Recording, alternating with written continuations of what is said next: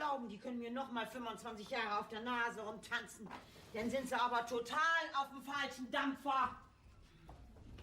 Meine Güte. Hier im Haus wird man ja nicht ernst genommen, als wenn man gegen eine Wand anredet. Aber die werden sich noch mal umgucken. So was. Weihnachten. Da freut man sich auf ein paar schöne Stunden mit der Familie. Ne?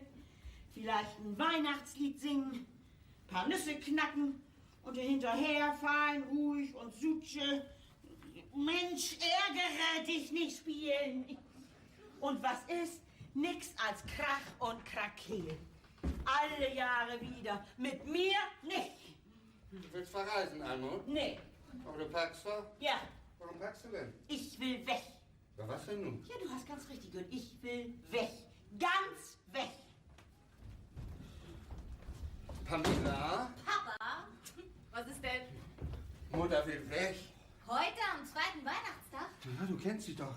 Solange sie im Stress ist und sie nicht weiß, wo ihr der Kopf steht, funktioniert sie ja ganz prima, ne? Ja. Aber du kommst ja so ein bisschen zur Ruhe und fängt an nachzudenken. Ne? Wo will sie denn hin? Weg. Sie will uns verlassen. Ach, Tünkram. Ja, von wegen hier. Sie packt schon. Na und? Ja, na und? Oha, sie hat ihre Papiere eingepackt. Was ist denn wohl? Sie meint das ernst. Gibt's ja wohl nicht. Ja, dann lass dir was einfallen. Ich versuche sie zu beruhigen. Almut? Ach ja, Almut. Almut, ich muss... Lass mich. Almut! Ich will nichts mehr hören. Mama! Oh Gott, Pamela, was ist los? Aua, aua, aua, Mama. Die blöden, glatten Fliesen. Hast du den Fuß verstaucht? Ich glaub fast, du. Ich kann nicht mehr auftreten. So ein Schicker. Oh, hier ist du. Gar nicht. Ja, stell dir noch eben einen vor. Oh, danke. So, mal hoch. So, Pamela, pass auf, nicht? Nun mache ich dir eben einen nassen Wickel, nicht? Dann wird das gar nicht erst dick, nicht? So, was aber auch. Mutter will weg und nun hast du dir auch noch einen Fuß verknackt. Papa. Komm, das war gar nicht so schlimm.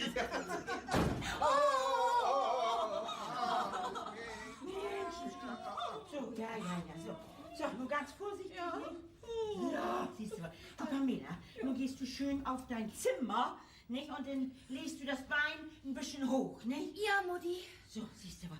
Du, und dann sagst du Bernhard, er soll dir den Wickel hin und wieder ein bisschen nass machen, nicht? Ja? Ist gut, Mama. Siehst du mal, so, und da kann dein Freund sich gerne mal ein bisschen nützlich machen, nicht? So. Gut, dass du gerade noch da warst, Almut. Ja. Oh. Ja.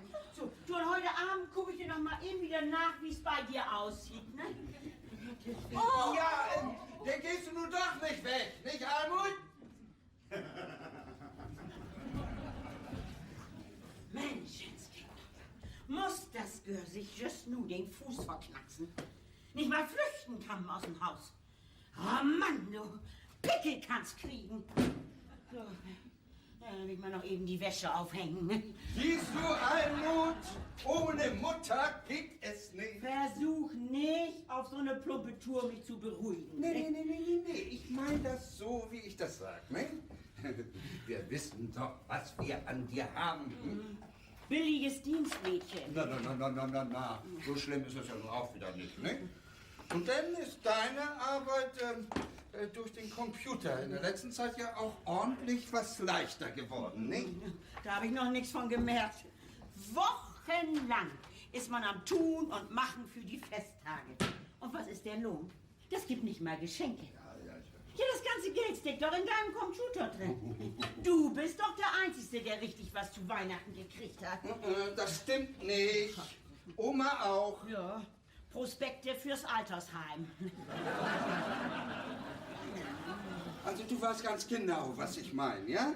Sie hat das große Familienfotoalbum gekriegt. Ja, das ist doch was. Sonderangebot vom Grabbeltisch. Wenigstens hat sie was um die Ohren. Ne? Und was mein Geschenk hier angeht, ja, das habe ich ja nicht zu meinem Vergnügen gekauft. Das ist ja für uns alle wichtig. Ne? Trotzdem hätten wir uns gefreut, wenn zumindest eine Kleinigkeit unterm Baum gelegen hätte. Kriegen. Ne? Alle reden sich von Kriegen. Früher, da war das anders. Da dachten die Menschen noch an Romantik. Ja, an weiße, weite Landschaften. Da lag zu Weihnachten noch Schnee. Ja, nicht? So wie bei unserer Tour durch die Harburger Berge, Richard, nicht? Was war denn da? Naja, den einen Berg bist nicht hochgekommen, den anderen hast dich nicht runtergetraut. Und wie war das romantisch mit den Schneeketten, ne? Erst konntest du nicht finden, dann konntest du nicht raufkriegen und als du es endlich geschafft hattest, war der Schnee schon wieder weggetaut. Wenigstens hat es früher noch mehr Schnee gegeben. Ach was? Früher hat es auch immer mal grüne oder weiße Weihnachten gegeben. Das stimmt nicht. Ich habe mir gerade heute Nacht im Internet noch mal so eine Statistik angeguckt. Ne? Da warst du. Ich habe mich schon gewundert, wo du warst. Seit der Computer bei uns eingezogen ist, heißt das doch Stadsbett bloß Internet. Du weißt doch schon gar nicht mehr, wie unser Schlafzimmer aussieht. Ja, hat Gernot uns schön was eingebrockt. Wozu hat man Nachbarn, die sich mit sowas auskennen? Ne? Hier, willst du mal sehen? Was ist das? Die Schneefallstatistik von den letzten 100 Jahren. Oh. Ja, es gibt von Jahr zu Jahr weniger Schnee. Ja, guck doch mal hier, 1946, ne? Der kalte Winter nach dem Krieg, ne? 10 Meter. Ja, 1988, 8 Meter. Ja, und das geht immer so weiter. Guck doch mal hier, ne? 1991, ne? 4 Meter. Hier bei uns? 10 Meter Quatsch. Ja, aber das steht hier doch. Oh nee, an Nordpol. Shit, habe ich wohl auf den verkehrten Knopf gedrückt. Ja, das ist das ja, Mann. Du drückst egal weg den verkehrten Knopf. Ja, komm, ne? Lütt mal höher, kümmt einmal für. Ja. Jetzt stell endlich den Geschirrspüler an. Der ist voll. Ja.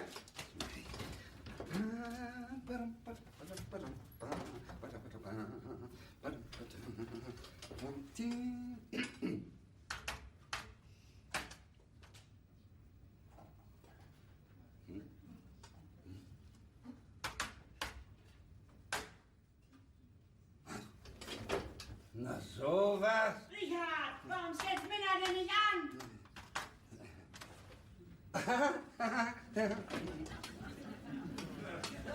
Die ist noch nicht voll. Eine Tasse passt da noch rein. Na und? Solange die Maschine nicht ganz voll ist, ja, lässt sich das Öko-Programm doch nicht starten. Was willst du damit sagen? Minna kann unser schmutziges Geschirr immer noch nicht abwaschen. Ja, dann hilft das nichts, ne? Dann stellst du noch eine saubere Tasse mit rein. Öko-Programm, saubere Tasse abwaschen. Hier, Schwachsinn. Ja. Nee. Kann losgehen. Ja. Richard, was ist denn nun? Als ich Minna noch mit der Hand anstellen konnte, da ging das ratzfatz. Ja, ratzfatz. Oh, Almut, kann das losgehen? Almut! Ich bin nur im Badezimmer. Und lebt!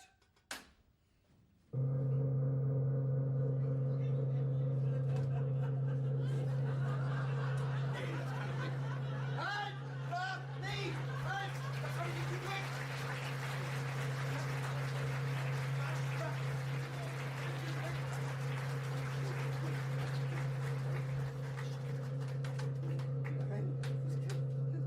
Nein! Halt! Nicht! Oh nein! Nee! Ich hab gesagt nach oben. Ist das hier das Geschirrspül? Das ist nicht ganz nach oben, habe ich gedacht. Ah! Oh!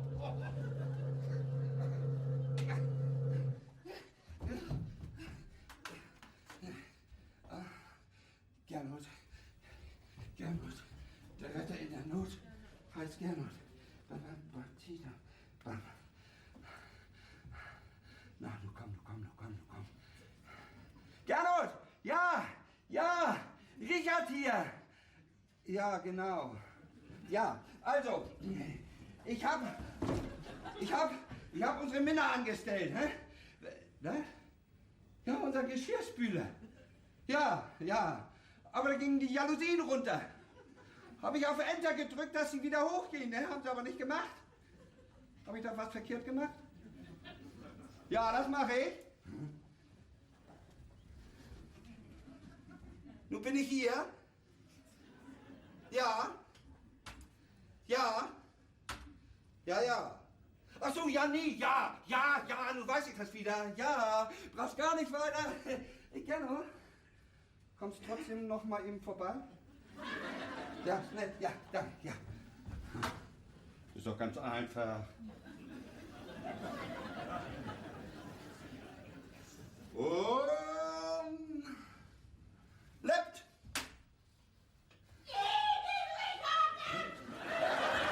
Du hast die Dusche angestellt. Ja, du lach noch schmierig. Mein Haar ist pitschnass hier. Guck das an. Sag mal, was ist das hier denn so düster? Nee, das ist nicht düster. Das ist nicht düster. Was? Nee, liegt wohl Schnee. Ich hab was Schweines. Zieh dir doch erstmal was Trockenes an, Almut. Ich hab- Sonst holst du dir noch den Tod. Gibt's ja wohl gar nicht.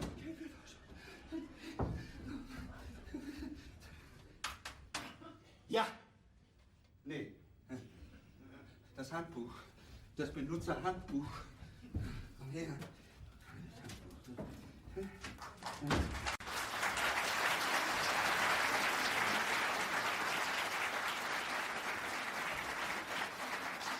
Richard, Tut mir leid, Mutter, ich habe gar keine Zeit für dich. jetzt brauchst du mir das ja gar nicht erst zu Weihnachten zu schenken, nicht?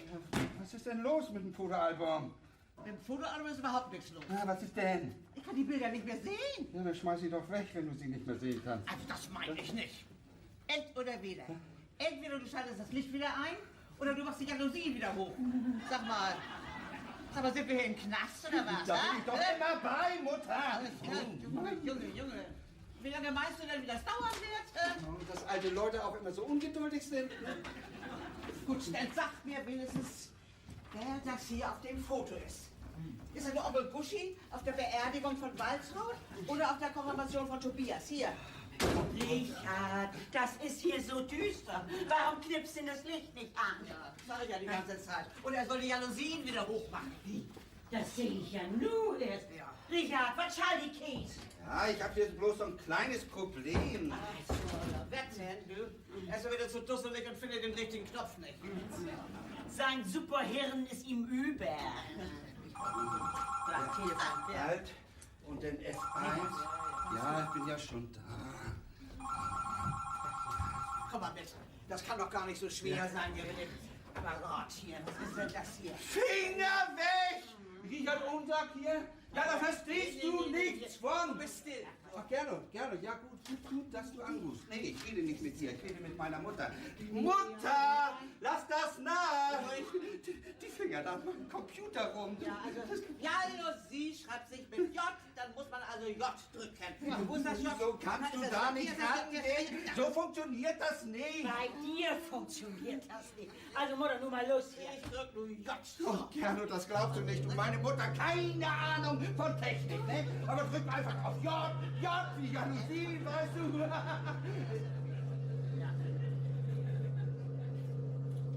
Und dann gehen die hoch. Ja. Warum kommst du denn nicht rein? Gernot, bist du doch dran? Die Jalousien waren ja unten. Ja, das sag ich doch. Also, Gernot, ich weiß nicht, was ich da verkehrt gemacht habe. Weißt du? Richard, das ist ganz einfach. Ja, Gernot, das sagst du. Ja. J drücken. Also, Das sollst du die ganze Zeit J drücken, J. nicht?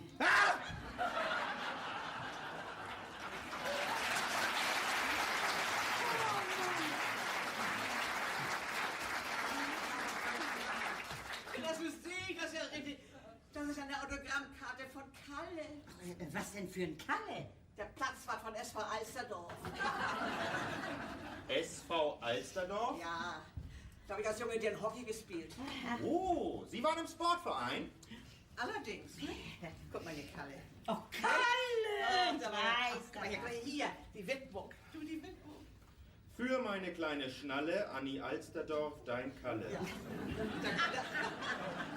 Dichten von der Arm. Ja. Ah, Mutter, willst du nun nicht endlich wieder auf dein Zimmer gehen? Ja, wenn du endlich wieder Licht hast, kann ich das ja machen, ne? Ja. Du, Richard, willst du nicht noch eben den Geschirrspüler erklären lassen? Ne? Nee, das tut nicht nötig. Ich weiß nur Bescheid. Ja, weißt du Bescheid, nicht, Richard? Du weißt du Bescheid, ne? Ja. Ja, D drücken. D? D von Dösbaddel.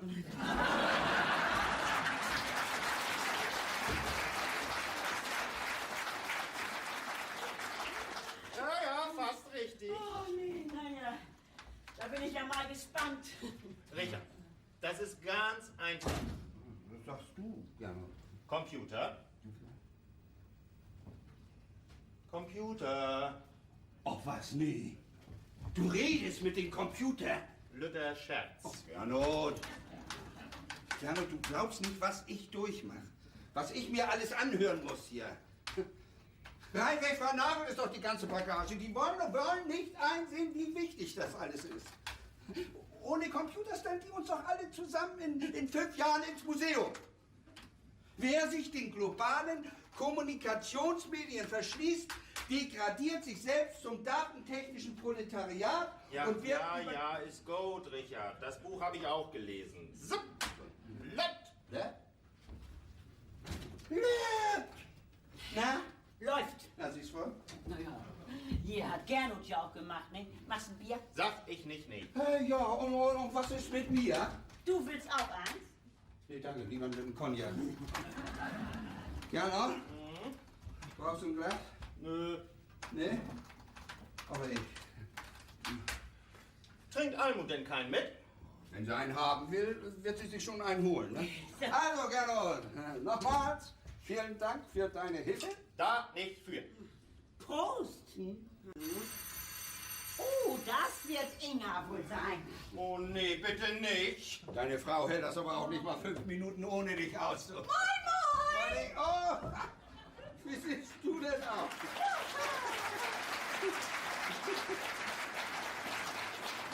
Willst mal sehen?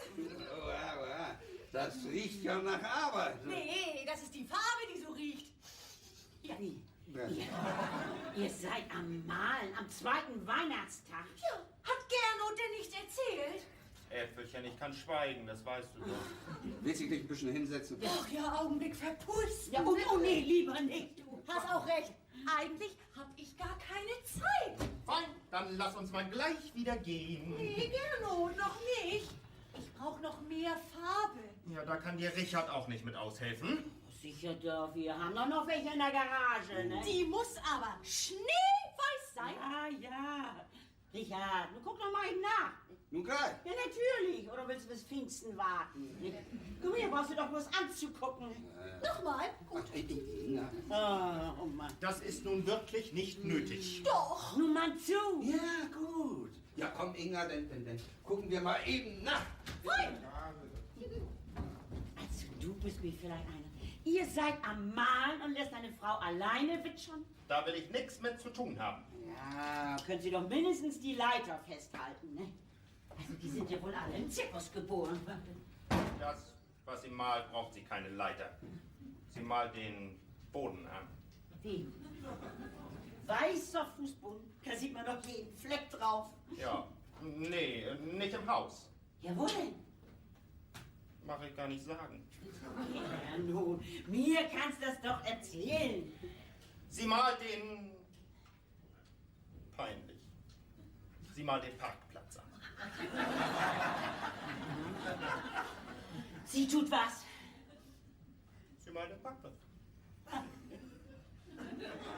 Also nur noch mal ganz langsam. Sie malt den Parkplatz an. Aha.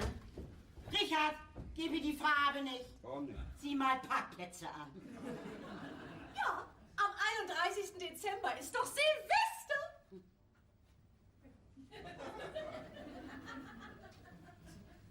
Und darum malst du nur alles weiß an. Ja, weil... Inga sagt das nicht.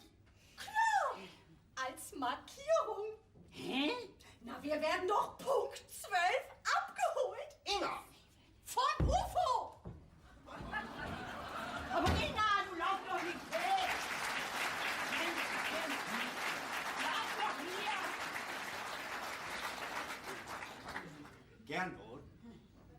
gesagt, das braucht einen Landeplatz. Kann doch kein Mensch ernst nehmen. Inga kann. Sie hat schon gepackt. Oh Gott, Gernot. Wie kommt sie denn nun auf sowas? Ich meine, die Schlauste ist sie ja nicht. Nee. Aber so überkandidelt. Oder ist sie vielleicht zu irgendeiner Sekte auf den Leim gegangen? Ja, oder bildet sie sich ein, dass die Welt untergeht? Hat alles bloß geträumt. Nee, das ist das alles nicht.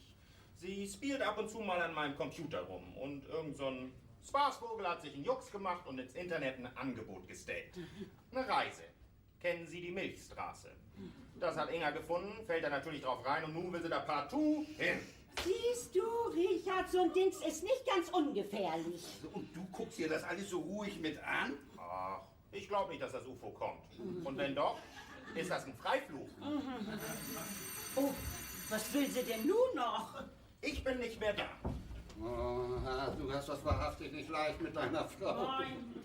Mir ist immer noch was eingefallen, um sie von was abzubringen. Oh, Trude! Ihr glaubt nicht, was ich geschenkt habe.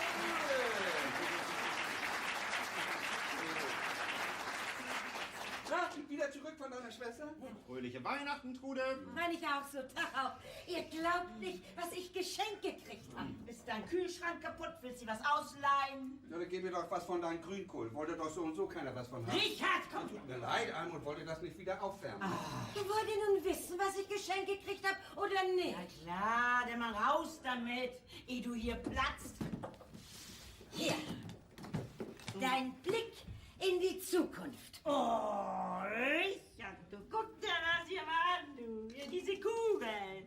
Mensch, also wer sich darauf versteht, kann da die Zukunft entsehen. Hühner glauben. Der eine guckt mit dem Glasauge in die Zukunft und der andere hat das zweite Gesicht und die dritten Zähne. Ist das Ding sich ein bisschen klein für die Zukunft? Das ist die kleine Ausgabe für auf Reisen. Oh, wie praktisch. Brauchst gar keinen Fahrplan. Guckst in die Kugel und weißt, wann der Zug geht. Mach dich da mal nicht lustig über, nicht? Vielleicht kann ja Trude ihr Kasten mehr als euer Spielzeug da hinten. Mehr willst du nicht mitnehmen? Kein dicken Pullover? Wir haben doch Winter. Wohin soll die Reise denn gehen? Das geht dich gar nichts an. Na, groß kann die Reise nicht werden, bei den paar Sachen, Ich ne? will überhaupt nicht weg. Mir kannst du das doch ruhig sagen, Almut. Nee. Warum will sie denn nicht mit mir darüber reden, Richard? Hast du gehört? Sie will überhaupt nicht weg. Oder ist es ein Geheimnis? Na, das krieg ich raus. Genau. Guck doch mal in deine Kugel. Vielleicht findest du da die Antwort. Das ist doch alles Hokuspokus. Ist das nicht? Knapp hatte ich den Koffer geschenkt gekriegt. Guck ich in die Kugel und was sehe ich da? Ich denke, das ist doch ein Telefon, denke ich. Und was soll ich dir sagen? Ring, das Telefon geht. Und wer war das? Falsch verbunden, aber immerhin. Willst du auch was wissen? Ja, du kannst mir mal erzählen, wie das hier in meiner Familie so weitergeht. Familie, kein Problem. Moment. Hier. Geld, Krankheit, Liebe, Tod, Familie. In Fragen die Familie. In Fragen der Familie. In Fragen die Familie betreffend empfehlen wir Ihnen, sich des Bleigießsets zu bedienen. Wollen wir? Wir haben doch nicht Silvester. Wer sagt denn, dass das heute hier nicht gilt? Ja, gut, meinetwegen. Dann können wir das ja mal versuchen. Ja, fang du mal schon an, Trude. Ich hol eben Wasser. Du, und dann sag noch eben oder Bescheid. Ich ja für sowas immer zu haben. Ja. Mutter! Wir wollen mal eben alle so zusammen so ein Auge auf die Zukunft werfen. Willst du mitkommen? Ja, gerne. Du bist mir vielleicht einer. Ja, wir müssen da ja nicht an glauben. Auf der einen Seite tust du dich hier dick mit Technik. Und auf der anderen Seite machst du bei so einem Humbug mit. Ist auch nicht viel besser als Inga. Interessiert sich deine Frau auch dafür? Ja, nee, nicht so. Mehr so. Lass mal das.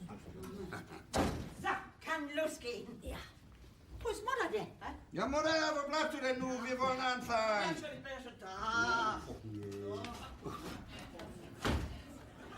Ach, Trude, fröhliche Weihnachten noch mal dir. Terani, Was hast du da denn?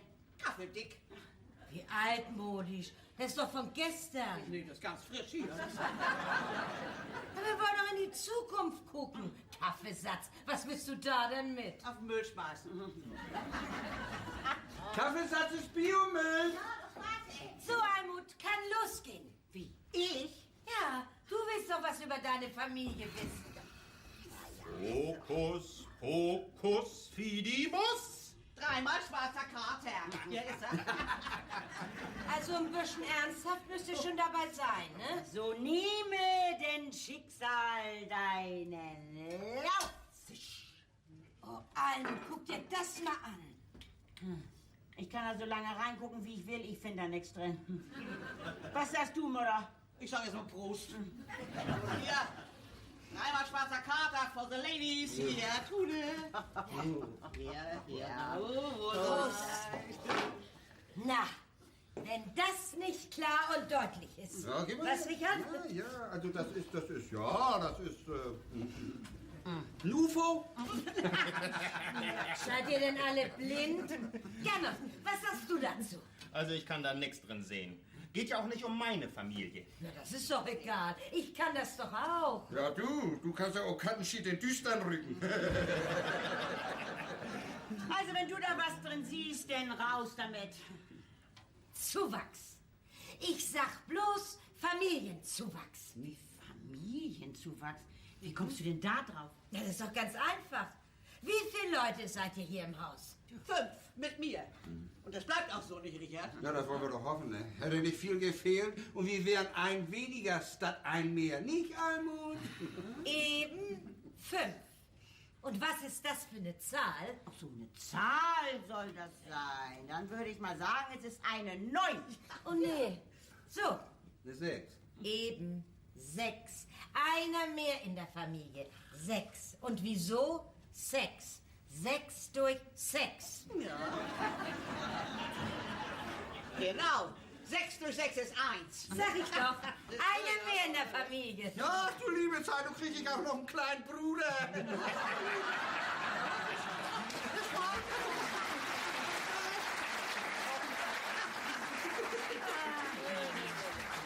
Na, ist deine Mutter nicht vielleicht ein bisschen alt für sowas? Ach, das sagt man nicht, ne? Denk an die Bibel. Sarah und Abraham. 90 war sie, da kam der Klapperszeug noch. Das ist so lange her, das von Anno Dunnemal. Tja, Almut, dann bleibt es an dir backen. Ja, das fehlt gerade noch. Tja, Trude, das war wohl nichts, was? Schmeiß das mal nicht so weit weg. hallo, hallo. Pamela, ich hab dir doch gesagt, Bernhard soll dir den Wickel machen. Du Tomek, du humpelst ja gar nicht mehr. Tja, toll, nicht? Och, Mutti, wem du die Hand auflegst, dem geht's in 0, nix wieder gut. Ja, ihr müsst nicht wissen, Pamela hatte sich ganz asig den Fuß verknackt. Ja, aber da kam meine liebe Almut, ne, machte ihren kalten Umschlag. Und was soll ich sagen? Also du Bumsbatz, da hüpft die deren hier noch wieder rum, du, wie so ein Lückenwitz, der du. Richard, was soll denn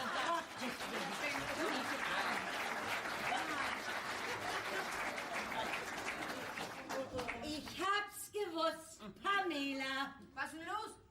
Was isst du denn da? Willst du auch eine? Nee. Ja, aber du sag mal, hast du lieber auf saure Gurken? Der Kuchen ist ja alle. Und das ist vielleicht auch besser nach all dem süßen Kram, mal was Pikantes, ne? Wollen wir hoffen, das ist der einzige Grund. Gernot, fall doch nicht gleich mit der Tür ins Haus. Was soll das denn heißen? Bruder hat prophezeit, dass ihr Familienzuwachs kriegt. Und du meinst mich? Ja, wer denn wohl anders? Und was ist mit Tobi? Tobi kriegt doch kein Kind. Na, ich auch nicht. Na Trude, das war doch wohl nichts mit der Zukunft heute, nicht? Da will ich mal wieder in der Vergangenheit kramen, nicht? Noch meine Bilder bei der Einpacken in das Familienalbum, nicht? Aber wenn das bei dir vielleicht doch so weit ist, dann sagst du mir Bescheid, nicht? Das ist ja zum Kringeln. Ihr wollt mir ein Bild andrehen. Bernhard! Pamela! Lass mal, Bernhard, kommst mal eben. Du kennst doch Trude und ihre Gatten. Ich weiß, was ich weiß. Tag auch. Was gibt's denn Wichtiges? Du wirst Vater. Ich werd was? Vater. Bist du sicher? Ich nicht, aber Trude. Hä? Was hab ich denn mit Trude? Trude sagt, ich werd Mutter. Ja, was denn? Nun werde ich nur Mutter oder bist du Vater oder wie? Also Trude meint, dass wir Familienzuwachs kriegen. Wie kommt sie denn darauf? Na. Hier. Was ist das denn? Dr. Wrangels Schwangerschaftstest-Set. Habt ihr einen an der Marme? Also die Kugel kannst du vergessen. Ne? Nee, also für Familiensachen, ja, da ist ja nun Bleigießen genauer als solche Glaskugel. Nicht Ammoniak. Also nun mal langsam und nicht so schnell. Wenn ich das richtig verstehe, geht das hier um Kinderkriegen. Gewiss doch. Und um Pamela und mich. Denn sonst? Bitte, wenn ihr unbedingt Oma und Opa werden wollt. An uns soll das nicht liegen. Sonst ist Rabatz, wenn ich hier bloß mal Mittagsstunde machen will und nur sowas. Ehe Sie sich das wieder anders überlegen, dann kommt man. Je eher daran, desto eher davon.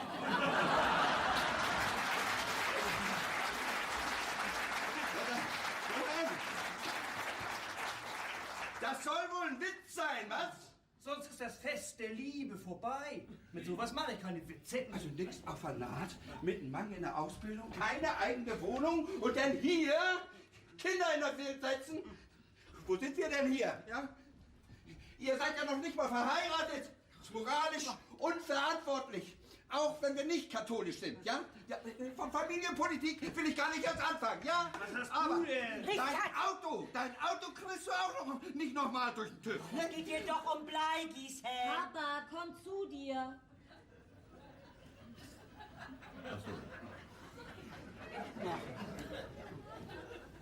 Hast du mal eine Gurke?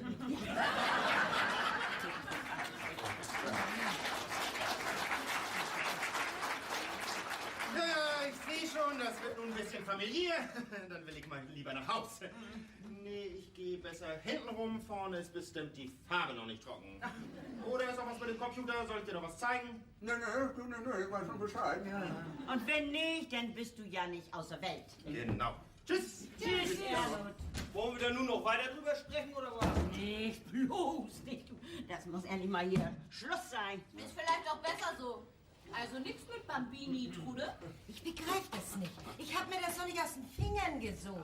Also sowas! Tobi, was ist denn los? Was hast du denn gemacht? Ich bin gerade über den Parkplatz gegangen. Das glaubt ihr nicht. Doch. Doch? Aha. So? Naja. Na denn. Vater! Mutter! Hört mal alle gut zu, ich habe was Wichtiges zu sagen. Also doch, Tobi, das Blei lügt nicht. Sag nicht, du wirst Vater. Natürlich nicht. Na Gott sei Dank. Bianca zieht morgen bei mir ein. Ich hab mich wohl verhört, was? Oh Herr, nun kriegt Richard das Knüppeldick. Na, wenn das kein Familienzuwachs ist. Das ist doch dummes Zeug. Ich kann doch nicht einfach so weglaufen von zu Hause, einfach so von der Familie weg. Das kann man doch nicht machen.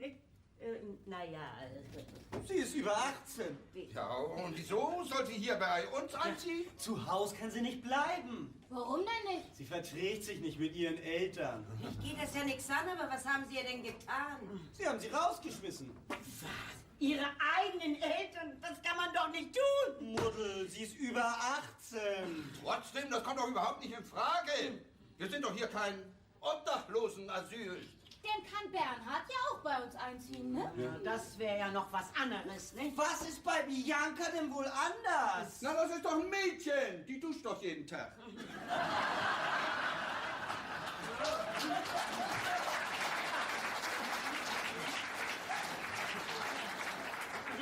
Und dann habe ich hier noch eine Grazie stundenlang vom Spiegel stehen und ich kann nicht auf Klo. Ja. Ne?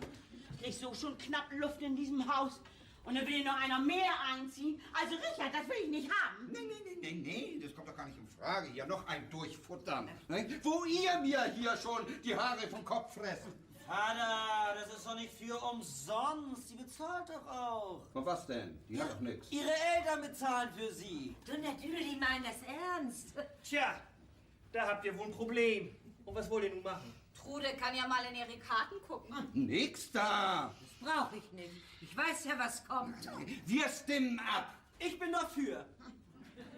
Wunderbar. Einer dafür. Wer ist noch dafür, dass sie hier nicht einzieht? Einstimmig. Bad ist frei. Bad ist frei.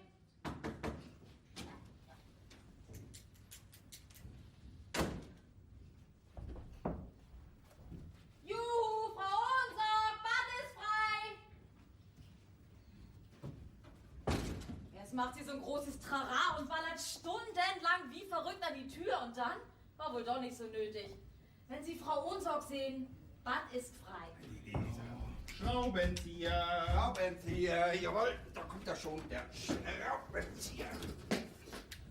Kreuzschlitz. Ach so, ja, Kreuzschlitz. Kreuzschlitz.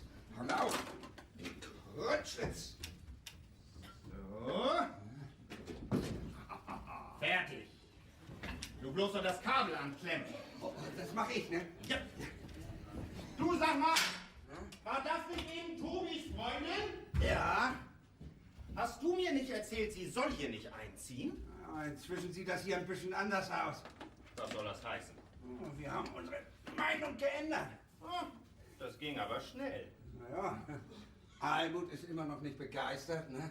Aber ehe sich die ganze Familie mit Tobi jetzt hört, ne? Und dann hat sie ja auch für Kosmologie Bargeld auf den Tisch gelegt. Und das hast du dann gleich für die Alarmanlage auf den Kopf gekloppt. Aha, du hörst dich ja schon so an wie Almut. Sie ist da auch nicht so für, was? Sie weiß das noch gar nicht. Das soll eine Überraschung werden. Oh, da hinten kommt sie schon. Du, Richard, wollen wir das mit ihr ausprobieren? Dann brauchen wir das nicht. Mensch, Gernot, tolle Idee, du. Hoffentlich klappt das auch alles. Ach, was soll da denn nicht klappen? So eine Luxusausführung. Nicht vergessen, Richard. A drücken. Ich weiß doch Bescheid, Mann, ich weiß doch Bescheid. Nee, oh, Gernot. Also erst die Tür abschließen und dann A drücken oder andersrum. Oh, erst A. Du sag mal lieber deiner Mutter Bescheid. Sonst trifft sie noch der Schlag, wenn das Ding losgeht. Die hat im Krieg so viel belebt, du. Die haut vielleicht nichts aus zu pushen, du. Also nee, A. A.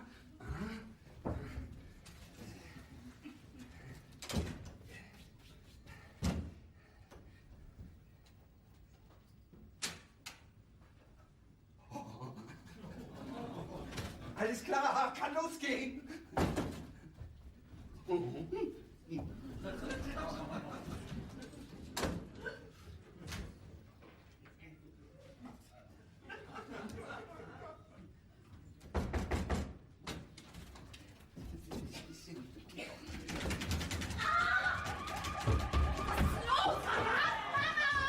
Mama steht vor der Tür.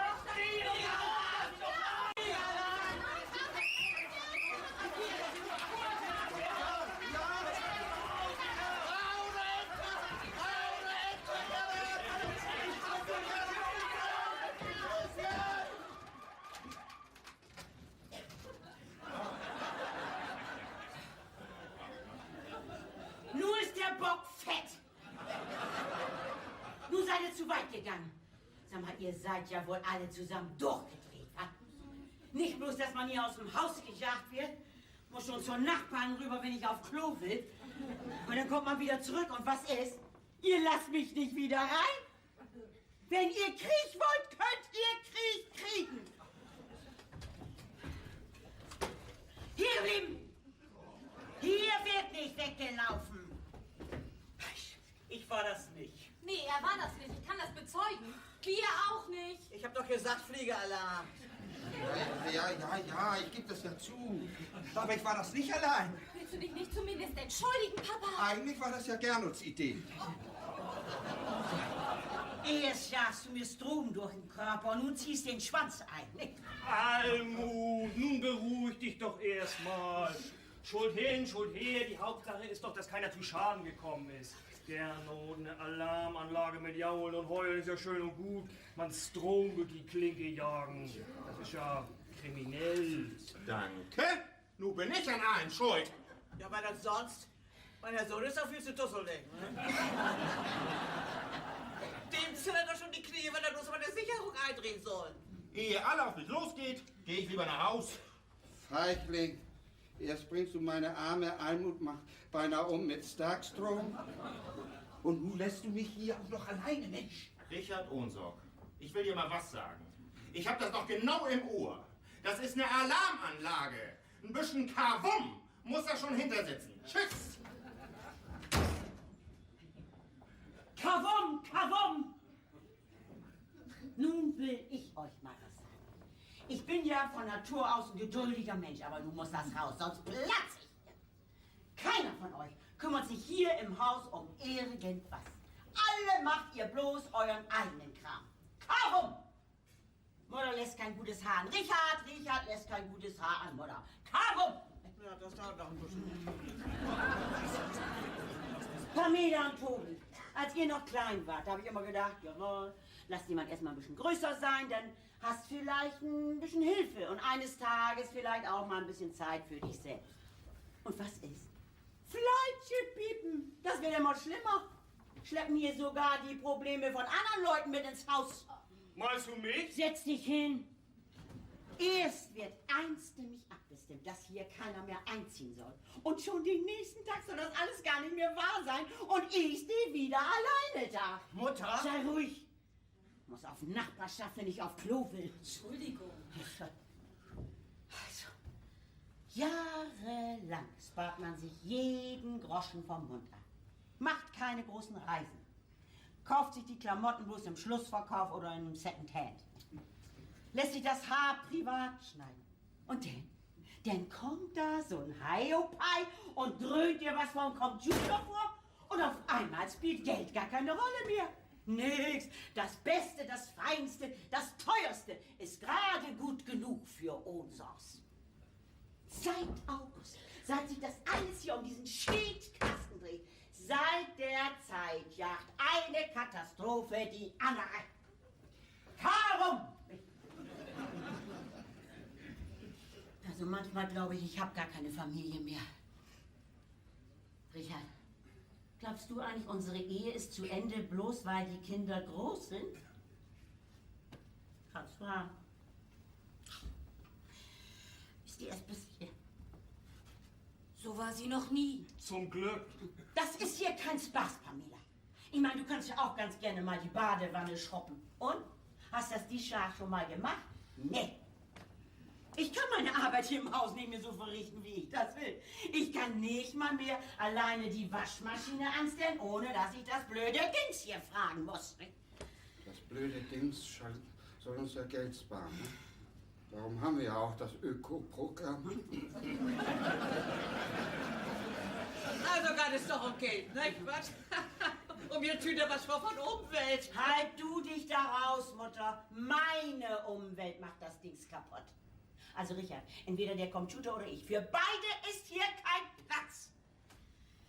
Aber nimm bloß nicht den Computer. Das ist hier kein Witz, Tobias.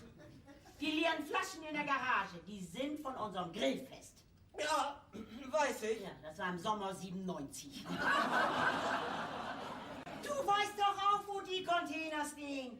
Und hat doch nicht egal, welcher Bubu rum. Oder der Bengel ist 24. Ja, das Ja, und Mutter, dass du hier bei uns bezahlst, ist ja alles ganz schön und gut. Aber deine ewige Quengelei ist mit Geld nicht gut zu machen. Wenn du das Spaß anhast und musst dich immer mit Richard streiten, dann ist das doch deine Sache. Man, lass mich damit zufrieden. Und dann wird ja auch noch eine Alarmanlage eingebaut. Als wenn es hier bei uns was zu holen gibt. Richard, so, wie kommst du bloß auf die Idee und baust hier eine Alarmanlage ein? Und sagst nichts, zu niemandem. Allein vor Schreck kannst schon tot umfallen. Nee, du jagst auch noch Starkstrom durch die Klinke. Kriminell! So satt!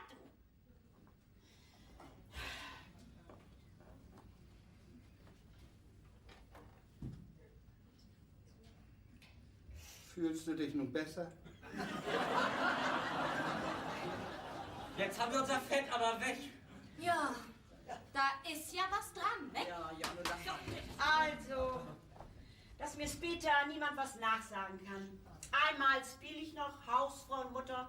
Bei der Silvesterfeier bleibt es. Ist vielleicht das letzte Mal, dass die Verwandtschaft zusammenkommt. Die werden ja auch nicht jünger. Das will ich alles noch einmal für euch tun, so wie sich das gehört. Und dann ist Schluss. Dann ist das Kapitel Familie Ohnsorg für mich zu Ende. Ich will noch was von meinem Leben haben.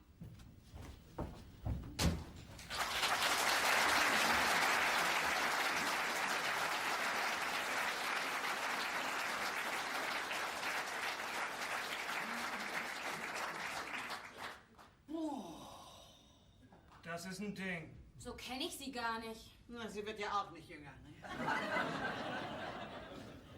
Dann ist das Kapitel Familie Ohnsorg zu Ende. Das war kein Spaß. So war sie doch sonst nicht. Ja, jetzt brauchst du die Badewanne auch nicht mehr schrubben. Meinst nicht, was? Soll ich sie zurückholen? Ach, lass sie aber erst mal aussticken. Was machen wir denn nun? Tut mir leid, dass du hier nun gleich sowas erleben musst. Das stört mich nicht. Fühl mich wie zu Hause. Ach, du meinst, wo du bist, ist immer Lärm und Streit. Dann halt du dich da raus! Na, ihretwegen musste einmal noch rüber zu Trude Wrangel, oder? Du hast das gerade nötig. Erst bist du partout dagegen, dass Bianca hier einzieht. Und kaum, dass die Kohle auf den Tisch legt, bist du der Erste, der umfällt. Ja, mein Herr Sohn, der merkt ja wohl alles, was nach Geld riecht. Nicht bloß, dass du mich ausbringst, nun nimmst du auch schon deine Schwiegertochter ins B aus. Junge, Erstmal bezahlen das ihre Eltern, ja? Und zweitens, als wenn ich das für mich nehmen tue, ja? Ich gebe das doch alles wieder raus hier, für die Familie.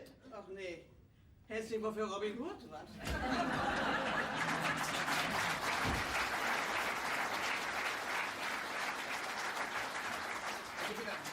Das geht hier nicht um Geld und das geht auch nicht um Starkstrom. Das geht allein darum, dass Mutter alles hinschmeißen will. Sie wird sich wohl wieder einkriegen. Dass sie mal los bei der Donau auf den Tisch haut, dass sie sich mal Luft macht, ja? Und uns den Kopf wäscht, ja, das kenne ich, das kennt ihr auch. So ein Gewitter zieht wieder vorbei. Aber der Ton macht die Musik, versteht ihr? Das kommt doch nicht drauf an, was sie sagt, aber wie sie das sagt. Ja. Sie war da so ruhig bei. Sie will noch was vom Leben haben. Bianca. Vielleicht solltest du doch noch mal mit ihr in Urlaub in die Alpen fahren. Vater. Tobi, Darum geht's, Almut, nicht. Ich meine, sie hält hier Tag für Tag den Laden in Gang, kümmert sich um alles und denkt an sich selbst zuletzt. Ja, wozu ist sie denn unsere Mutter? Tobi! Wann hast du das letzte Mal Danke gesagt? Och, Bernhard. Die den mal kriegt, hat das große losgezogen. Was man von Tobi nicht gerade sagen kann. hört auf zu kabbeln, ja? Lass uns nun lieber überlegen, was wir nun tun können. Ja, vielleicht sollten wir erstmal dafür sorgen, dass Mutter sich nicht mehr so viel ärgern muss. Ja, ich weiß. Wenn es an mir liegt, kein Problem. Dann ziehe ich eben wieder aus. An mir soll es nicht liegen. Da kommt gar nicht in die Tüte. Nee, natürlich nicht. Wo soll die arme Dirn denn auch hin, ne? Sie kann ja nicht wieder zurück nach Hause. Warum denn nicht? Ihr Vater hat schon ein halbes Jahr im Voraus bezahlt. Ach, du geht mir Licht auf. Und wenn du das Geld wieder zurückgibst? Geht nicht, steckt alles in der Alarmanlage. Sag mal, das darf ja wohl nicht wahr sein. Bloß weil du das Geld schon ausgegeben hast, kann Bianca nicht wieder zurück nach Hause? Du denkst doch immer bloß an deinen Vorteil, Papa. Was sagst du dazu, Bernhard? Naja, das kann man so und so sehen. Ich meine, jetzt wo mein Auto kaputt ist, Ach ja, sag mal, brauchst du meinen Wagen noch oder kann ich den Schlüssel wieder haben? den hat Pamela. Tja. Da sind wir uns also einig. Bianca bleibt hier. Also so kommen wir nicht weiter, ne? Wie wäre es denn, wenn wir uns um die Silvesterfeier kümmern? Ha? Mensch, Pamela! Das ist doch die Idee! Ja, genau. Der kann Mutter mal ein bisschen die Beine hochlegen und sich von Weihnachten erholen. Wir spielen Almut Ohnsorgs Heinzelmännchen. Aber das muss ganz genau geplant werden. Also ich mach schon mal den Computer an. Papa? Oh, guck mal, Papa. Guck mal, Gott sei Dank. Richard! Papa? Wo ist Richard denn hin? Papa? Oh Mann, ey. Er ist da drin. Wer war das? Den bring ich um! Vater!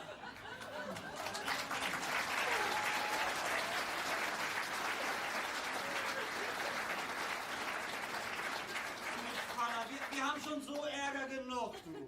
Wer war das? Oma, aber sie hat's nicht mit Absicht gemacht. Ja, von wegen, ich kenne sie. Sie ist meine Mutter. Ja? Sei doch froh, kaum warst du dort drin, hat hier draußen wieder alles funktioniert. Mach du dich auch noch lustig. Du. Sollten wir jetzt nicht langsam mal mit dem Plan für die Silvesterfeier anfangen? Sonst wäre das nie was. Ja, gib mal einen Filzstift. Willst du das denn gar nicht mit deinem Computer machen? So viel Zeit haben wir nicht mehr. So, geht los.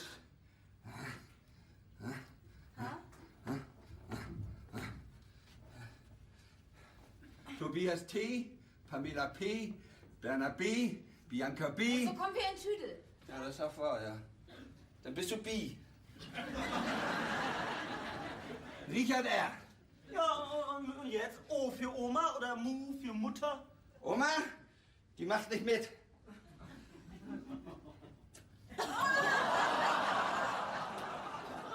So. Wir können ja eintragen, was ihr machen wollt. Also Bianca und ich, Machst einen Zimtstern? Nee, wir kümmern uns um die Getränke, ja? Nee, das machen wir zwei. Nee, ihr wollt bloß wieder meinen Wagen haben. Meinst du, wir schleppen das zu Fuß ran? Nix da, wir waren zuerst. Und wer weiß, mit was für ein Fusel ihr hier ankommt, ne? Wir kaufen kein Fusel, Papa. Bloß ein bisschen Wein und Wasser und Sekt zum Anstoßen Nein. und vielleicht noch einen kleinen Likör für Oma. Wasser. Und was? Hab ich doch gewusst, dass keiner an mein Bier denkt. Ich trinke keinen Alkohol. Darum kriegst du ja auch Wasser. Langt eine Kiste. Ah, sehr witzig. Dann bringen wir ihm noch Cola mit. Cola Light. Du hast das gerade nötig. Also Schluss nun, wenn ihr euch nicht einig werden könnt, ja, dann bestimme ich das ganz demokratisch. Die Getränke hole ich. Also gut, Richard kümmert sich um die Getränke. Und was ist mit Essen? Ja, Pamela, kümmerst du dich darum? Meinetwegen. Party-Service, was wollt ihr haben? Mal. Mutter kriegt einen Rappel, wenn wir das Essen kommen lassen. Nee, wird selber gekocht. In Mutters Küche, nicht mit mir. Ach ja. Bianca, hast du schon mal sowas gemacht? Na klar, Kochen ist mein Hobby. Habe ich ja noch gar nicht gewusst. Zu Hause darf ich das ja auch nicht. Meine Mutter lässt mich nicht in die Küche. Ja, also gut, dann bist du zuständig für das Festmenü. Was soll ich kochen? Such dir was aus, Hauptsache schön braten. Aber kein Fleisch. Ne? Ich esse bloß vegetarisch. Kein Problem, dann kriegst du Kartoffeln mit Soße. So, und jetzt gucke ich mich erstmal in Küche und Kühlschrank um. Tobi, was machst du denn? Wieso? Wir kochen doch. Bianca kocht, du kannst auch was tun. Ja, dann sorg ich dafür, dass sie alles so ein bisschen nach Silvester aussieht. Ja, gute Idee. Ja! Tischkarten.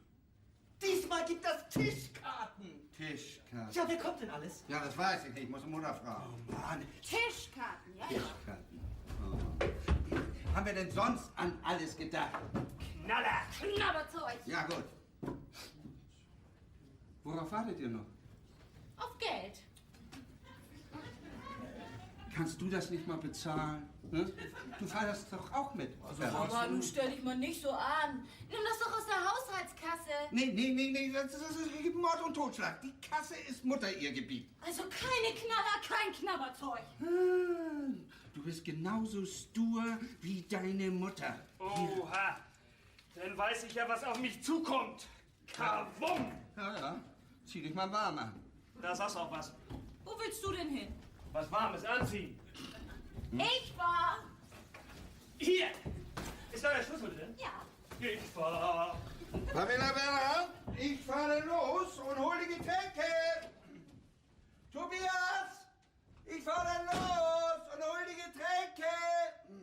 Und Zimtstern. Bianca, ich fahre los und hol die Getränke.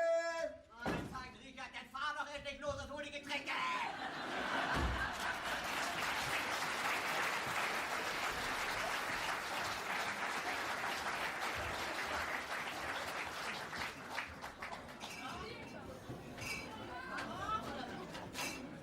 Wo soll der Kram denn nun hin? In die Küche? Nix, darf ich das nicht haben, du. Wo ist es denn am kühlsten bei euch?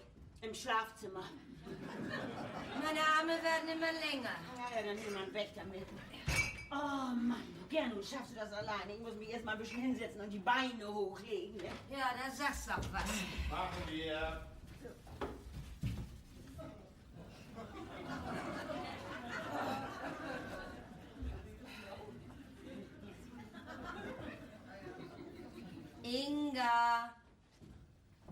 Inga, lass es nach.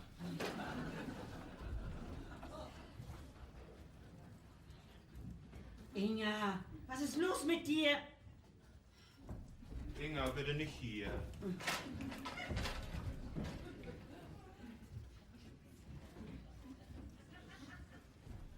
Inga.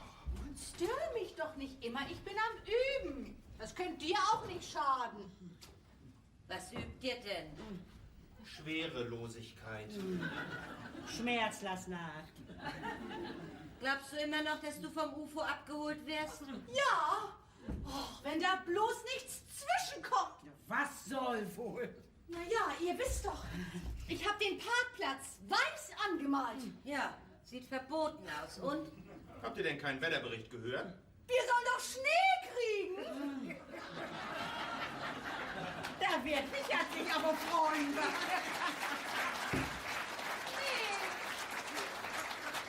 Das ist eine Katastrophe. Mein Gott, das hat noch nie mal angefangen. Und du tust so, als ob das draußen 4 Meter hoch liegt. Inga ist bang, dass das UFO dann den Landeplatz nicht finden kann. Weißer Schnee auf weißem Landeplatz. Versteht ihr? Äpfelchen, wenn das diesmal nichts wird, dann fahren wir ein andermal. Ja, Inga, bei allem ist was dabei. Ja, oder du musst dir was anderes einfallen lassen. Ich weiß. Ich mal den weißen Landeplatz einfach rot über. Du bist so pleatsch.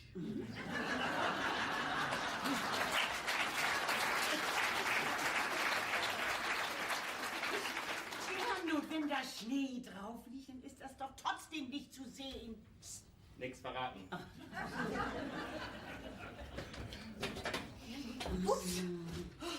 Oh, Tag zusammen. Tag auch. Ich will auch nicht stören. Ja, willst wieder ins Bad, willst dich ein bisschen schön machen. Nee, ich habe mich nur in der Küche umgesehen, was alles so da ist und so. Also, nu wat jo wohl.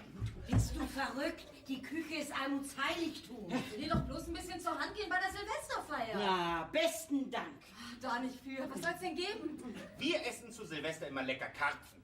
Nee, diesmal nicht. Wir essen doch an Bord.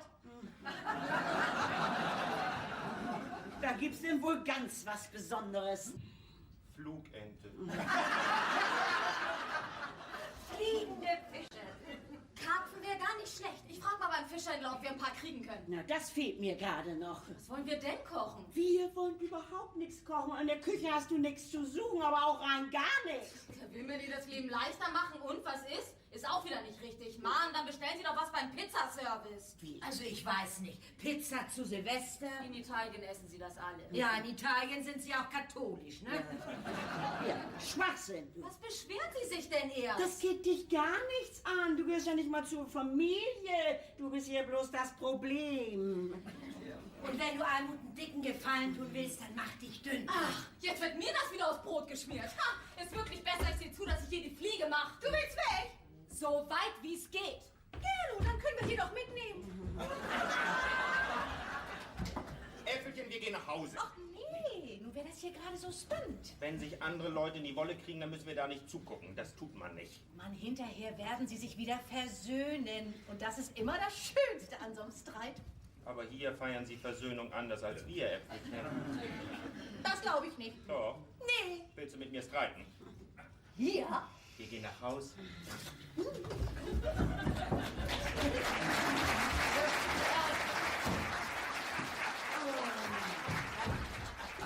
Also ich mache nicht mehr mit. Ha, sollen die anderen doch sehen, ob sie mehr Glück haben. Wieso? Was willst du denn damit sagen? Eigentlich sollte das ja eine Überraschung sein, aber Ihnen kann ja sowieso niemand was recht machen. Ich freue mich doch über jede Hand, die mit anpackt. Na, dann hat Ihr Mann ja zumindest eine reelle Chance. Ja, wieso? Er holt die Getränke. Er tut was? Er holt die Getränke. Mensch, Hänschen, das kann man doch Richard nicht machen lassen. Wer weiß, wo der mit Ansch geschleppt kommt. Du. Um Gottes Willen. Wo ist die Quittung? Oh, wie heißen die 3 Getränke? 3 Getränke. Meine Güte doch mal. So. Sind Sie das? Gut, hier bin ich. Verkaufen Sie ihm nichts. Na, mein Mann, nicht? Er kommt gleich. Wie bitte? Ja, hier ist Ohnsorg. Almut Ohnsorg. Wie denn? Mein Mann heißt Richard. Ist das denn so wichtig? Also, Sie haben es hoffentlich gut verstanden. Sie verkaufen ihm nichts, aber auch nicht eine einzige Flasche. Wasser könntet ihr noch brauchen. Zumindest keine alkoholischen Getränke. Danke. Mensch, das ist noch mal gut gegangen, du. Sag mal, was ist hier eigentlich los? Bianca ist sowas von wütend. Ja, sie hat ja auch angefangen. Was hat sie denn gemacht? Sie war in Almuts Küche. Ja, das muss sie wohl, wenn sie kochen soll. Das soll sie aber nicht. Sie hat das doch nicht böse gemeint. Ach nee, Bianca ist in der Küche. Vater holt die Getränke. Und wo willst du mit reinfuschen? Ich mach die Tischkarten. Da passt dir das auch nicht. Als wenn das nichts Wichtigeres gäbe als Tischkarten. Oh, Mutter, wenn du nicht meine Mutter wärst. Was denn? Dauert nicht mehr lange. Du hast nicht bloß Bianca hier rausgeekelt, sondern mich gleich mit. Tobi, du kennst doch deine Mutter. Die meint das nicht so. Wenn sie das nicht so meint, muss sie das auch nicht so sagen. Gut, was? Hier? Was ist das denn? Chips, Flips, Dips. China-Böller, die machen vielleicht Krach. Krach haben wir hier schon genug. Hier, guck mal, Raketen. Sind da auch Salzstangen dabei? Claro. Ja, die teuren. Klopfen und nicht kleckern. Bei so einer Feier, da lassen wir uns nicht lumpen. Kanonenschläge, Heuler. Heuler? Oh Mann, ich muss mich um Bianca kümmern. Knabberzeug. Und ich stehe wieder stundenlang in der Küche und mach und tu. Und ihr könnt's mal wieder nicht abwarten und schlagt euch den Bauch voll mit Knabberzeug. Kavum. Sag mal, hast du dich denn immer noch nicht wieder eingekriegt? Hat Tobi dir denn nicht erzählt, was wir uns für dich ausgedacht haben? Ja, ihr wollt mir mithelfen, damit ich es ein bisschen leichter habe. Ja, aber doch nicht auf diese Art und Weise. Wie denn? Ja, du kannst fragen. Kanonenschläge. Was hast du da nicht bei gedacht? Unsere Gäste sind über 80. Die fallen doch gleich tot um, wenn das mal richtig rumst. Das hören die doch gar nicht mehr.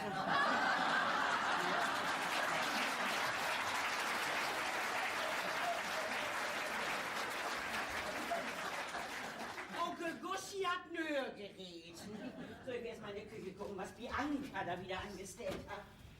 Soll ich das Feuerwerk nun wieder zurückbringen oder wollen wir das Pfingsten abbrennen? Umtauschen kannst du das wohl nicht. Aber verschenkt. Das Knabberzeug nehme ich gern. Dann seid ihr das schon los, ne? Das bleibt hier! Mann, du! Keine Knaller, kein Knabberzeug, aber dafür eine knatschige Mutter. Prost Neujahr! Ärger dich nicht. Dann feiern wir eben nicht mit der Familie.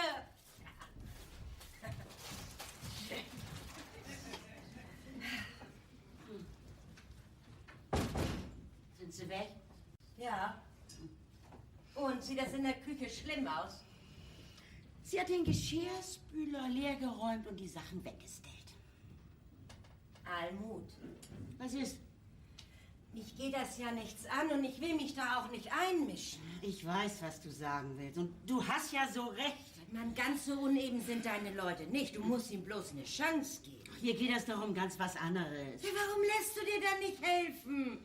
Auch wenn sie mal was verkehrt machen. Dass du alles besser weißt und kannst, das ist ja auch kein Wunder. Du hast ja auch 25 Jahre lang geübt. 25 Jahre lang immer denselben Trott. Verstehst du denn nicht?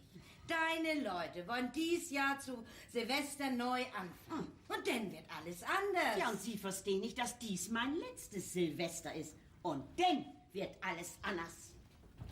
Ich habe Ihnen erzählt, dass dies hier meine letzte Feier ist, die ich für Sie ausrichte. Und ich meine das ernst. So, fass mal eben den Tisch mit an. Ja. Gibt's alles nicht. So, rum damit. Da muss ich gehen.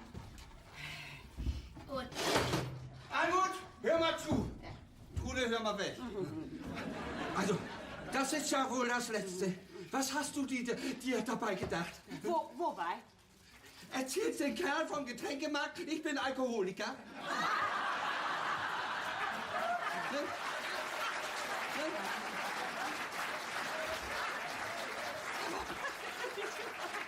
Aber wie kommst du denn da drauf? Na, er wollte mir nichts verkaufen. Das sollte er doch auch gar nicht. Aber von Alkoholiker habe ich doch überhaupt nichts gesagt. Er soll dir bloß nichts verkaufen. Ja, warum denn nicht? Weil ich schon alles habe. Wasser hättest du noch mitnehmen können. Von wegen. Wo ich kein Bier krieg, ja? Da kaufe ich auch kein Wasser. So, das hat er nur davon. So, und dir werde ich noch mal einen Gefallen tun, du. Wo willst du denn nun noch drauf los? Wasser holen. Nee, nach dem Zahnarzt. Hab auf den Zimtstern gebissen. Oh, nee, Aua, so knatterig wie der ist auch besser, er ist wieder weg. Ja, so, nun sammelt man nicht so lange, nur wollen wir mal sehen, ob wir hier Silvester die Leute an den Tisch kriegen. Hier. So. Ja, also das sehe ich so schon, das langt nicht hin und nicht her. Soll das denn eine Tafel werden? Das ist überhaupt die Idee. Da muss noch ein Tisch mit ran. Habt ihr denn noch einen? Ja, komm mal eben mit. Schläft.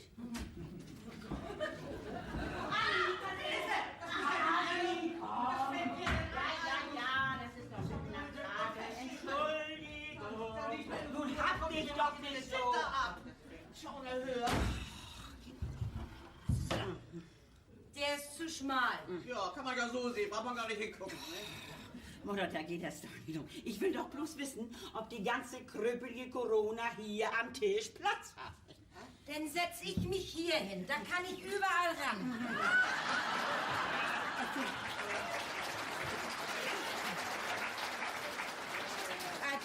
Du bist diesmal nicht eingeladen. Na, das hab ich gern. Ich bin doch deine beste Freundin. Gude, das ist doch gar nicht gegen dich. Manu, wo das Jahr so langsam auf den Rest geht, da wollte ich Anni gerne mal eine Freude machen und mal so ihre ganze Verwandtschaft auf den Dutt kriegen. Bitte? Nicht, Anni? Bloß die Familie. Ne? Das ist die Familie, die ganze Familie? Ja. Ja, dann gute Nacht, du. Das ist bestimmt kein Vergnügen, sich den ganzen Abend das Gedröhn von Rigas Onkel Guschi anzuhören, du. Oh, Mutter, Onkel Guschi ist doch dein Bruder. Das ist doch nicht meine Schuld, ne? Das ist doch wahr, der dröhnt doch immer und immer wieder dasselbe Lied vor, dass er im Krieg als Kanonier sein Bein verloren hat. Dabei war er doch bloß Küchenbulle in Schneeberdingen. Ne? Die einzige Kanone, die Guschi im Krieg zu sehen gekriegt hat, das war die Gulaschkanone. Ja, aber Mutter, er war ja nun schon so arm dran mit seinem Appenbein. Ne? Ja, ja. Da ist jemand du einen Kopf die Gulaschkanone und du weggefahren. Ach, schon doch bloß ab mit Guschi-Mönch. Ja, aber einmal wirst du ihn wohl noch verknusen, nicht? Du, und der muss er ja auch gar nicht bei dir sitzen. Mein Gott, das Sitzen, das geht ja noch, nicht? Aber der Kerl, der will gerne tanzen. Ist doch schön, Anni. Tanz ist gesund. Ja, gesund. Das letzte Mal habe ich 4 Wochen lang blaue Flecke gehabt von seinem Holzbein. Das war ja nicht zu bremsen. Immer.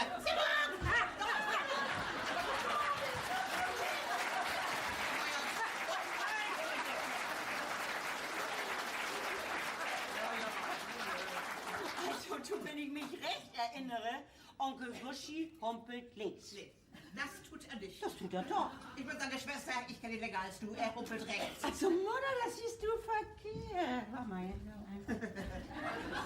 Jawohl, er humpelt links. Rechts. Komm her, dann machen wir das mal zusammen, dann wirst du das schon sehen. Ja. So. Und links 2, 3, 4, links 2, 3, 4, links 2, 3, 4, links. So ist das nämlich. Da hast du's. Er humpelt rechts. Ich geb's auf. Naja, dann lade ich Onkel Guschi eben wieder aus. Ja, aber auch der Luise, der olle Kral. Ne? Was hast du denn gegen Luise? Ich denke, ich mache dir da eine große Freude mit. Auch mit Luise. Ja, denn nicht, denn nee. Du, aber dann soll überhaupt niemand kommen. Denn blas ich die ganze Feier ab. Na gut, dann kann ich meinen Tisch ja wieder kriegen. Ne? Also, und rechts 2, 3, 4, rechts 2, 3, 4, rechts 2, 3, 4.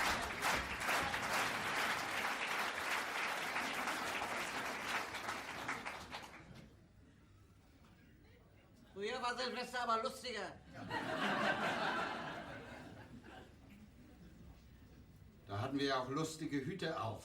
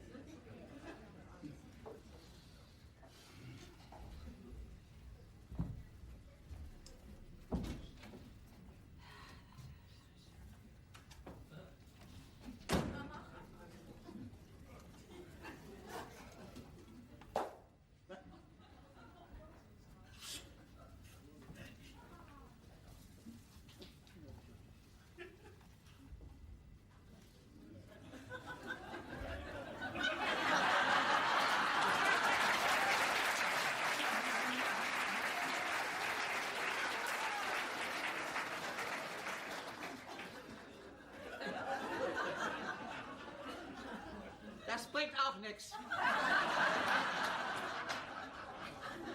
Und was machen wir nun? Was weiß ich. Warum hast du Almut auch so getriezt?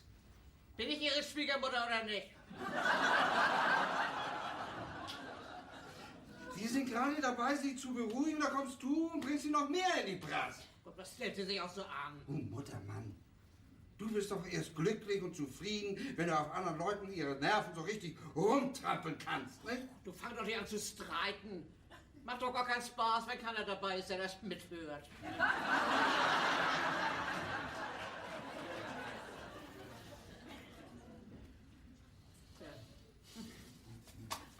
Hätte ich nicht gedacht, dass Almut wirklich ernst macht und uns Silvester hier alleine sitzen lässt.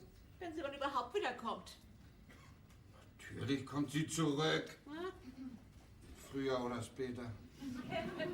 Das ist doch Familientradition, dass wir zusammen feiern. Mhm. Und ich hätte so gern mal mit Bubu angestoßen. Ja, das ist auch so ein Ding, ne? Ja, ja. Almus hat das wenigstens noch angekündigt. Ja. Aber die Gören bleiben einfach weg und sagen kein Wort. Aber die kriegen mir was zu hören, du. Vielleicht hat Almut die Kinder ja mitgenommen. Ach, Ne?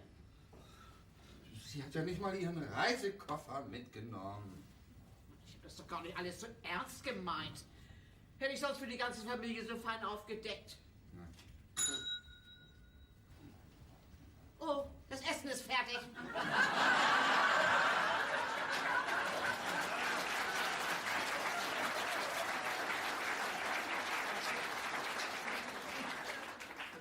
Das Menü hätte ich auch anders programmieren können.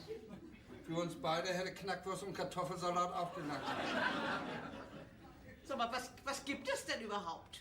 Nur Mann. Oh, mit Menükarte, na. Bitte. Oh, ordentliche Suppe vorweg.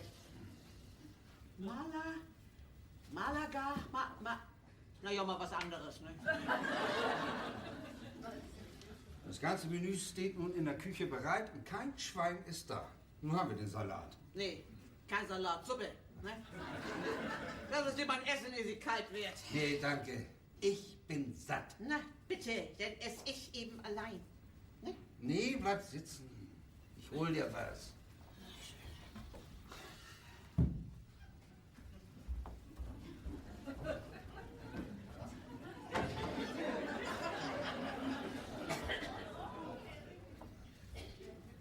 Klein bisschen Malagatoni-Suppe. Ja, so riecht sie auch.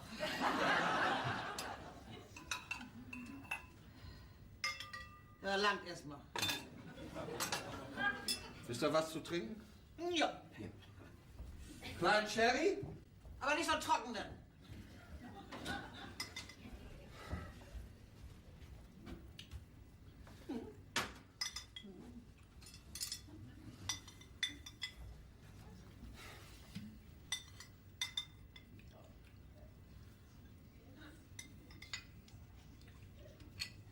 Prost, Mutter. Prost, mein lieber Sohn. Prost, Almut. Nett, dass du da bist. Ja. Prost, Tobias, Bianca. Prost, ihr beiden. Schön, dass die ganze Familie zusammen ist. Aber nur nicht so ironisch. Bringen wir dir den nächsten Gang. Ja. Was gibt's denn Schönes? Ach, lecker. Fisch. Karpfenblau mit Beilagen. Na denn. Mittelstück oder Schawans? Stert. Hab ich mir gedacht, dass du es jetzt haben.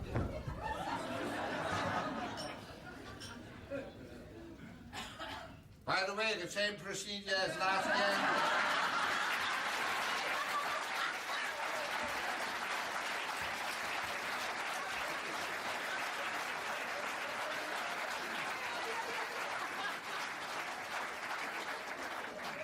Oh yes, the same procedure as every year. Ja, warte.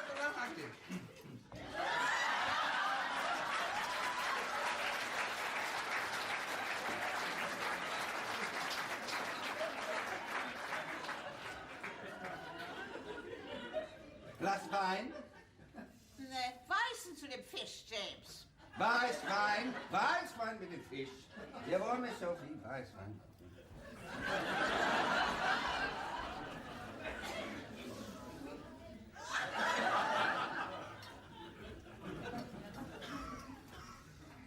Okay. Bengelheimer Trockendock.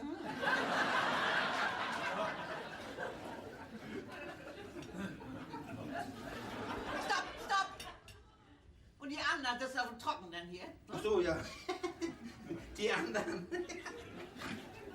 Wie war das mal noch im Fernsehen? Tobias. Ach ja, Tobi. Sir Tobi.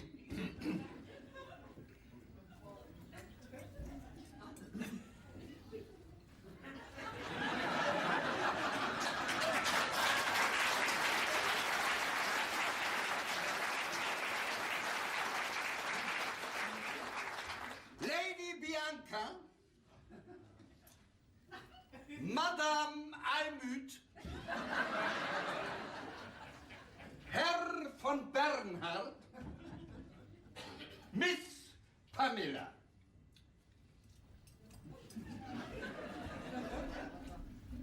Gut, ne?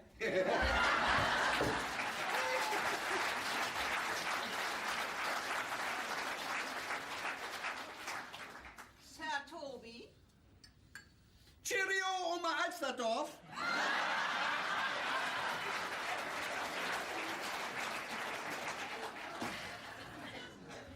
Lady B.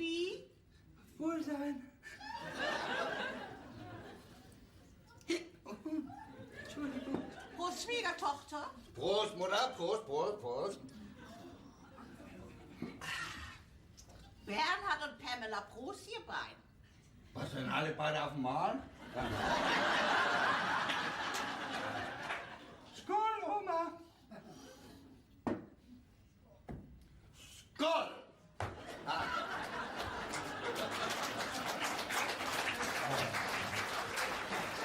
Ja, und nun hätte ich gern die gebackenen Haare. Die gebackenen Haare. Sie haben wohl, Miss Sophie, die gebackenen Haare.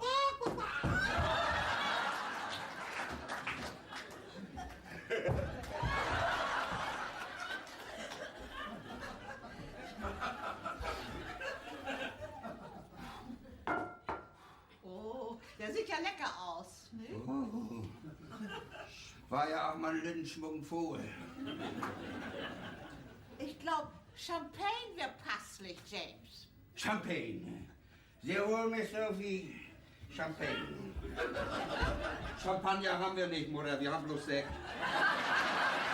Oh, das ist cool. Die Hauptsache es prickelt. Hauptsache, Hauptsache, it is prickling.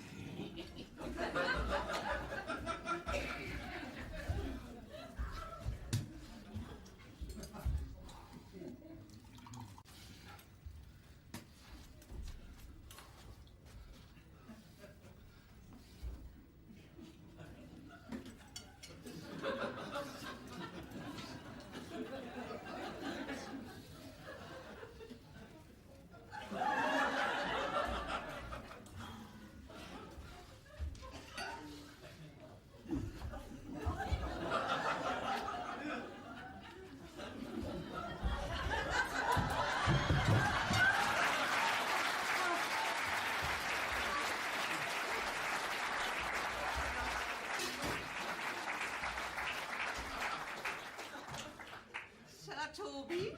Happy New Year, Oma Alsterwasser.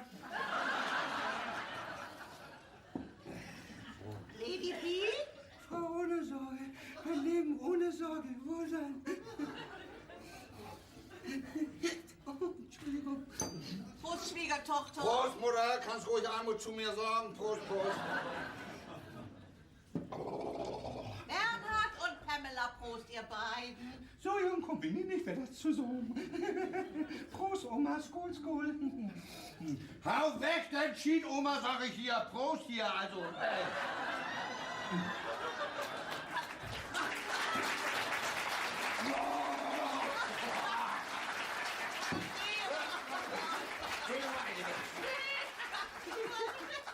Wasser drin. Aber sag mal im Ernst, war das eine schöne Feier mit uns beiden? Mit dir feiere ich doch am liebsten, Mutter. So. Dann sage ich vielen Dank für Speis und Trank. Ja, gar nicht viel. Jetzt hau ich mich aufs Ohr, dass ich um 12 ordentlich fit bin. Ja. Oh, willst dich ein bisschen hinlegen, nicht, Mutter? Ja. Ja. Oh, by the way, the same procedure as last year. Sei mal nicht bange, du musst nicht mit.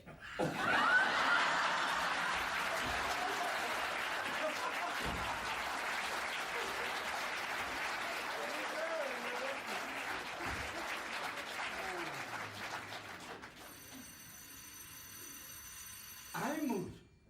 Na bitte, habe ich doch recht gehabt.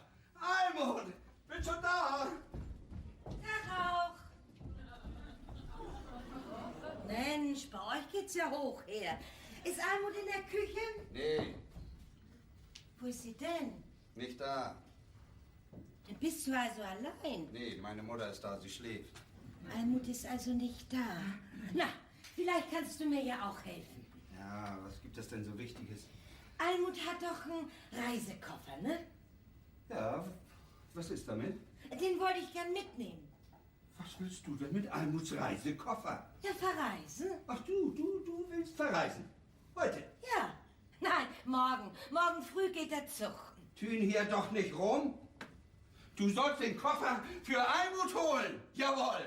Wie kommst du denn darauf? Oh Gott, Richard, hat sie das am Ende wahrgemacht und ist ausgekniffen? Almut ist doch bei dir.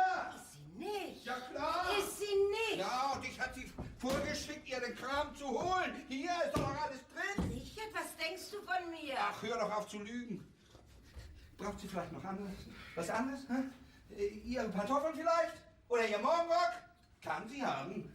Kann sie haben. Richard, unser. Nun ist aber genug. Ich weiß, was ich weiß, ja? Hier, so, und du saust ab. Als wenn ich dich jemals angelogen hätte. Zum letzten Mal. Sie ist nicht bei mir.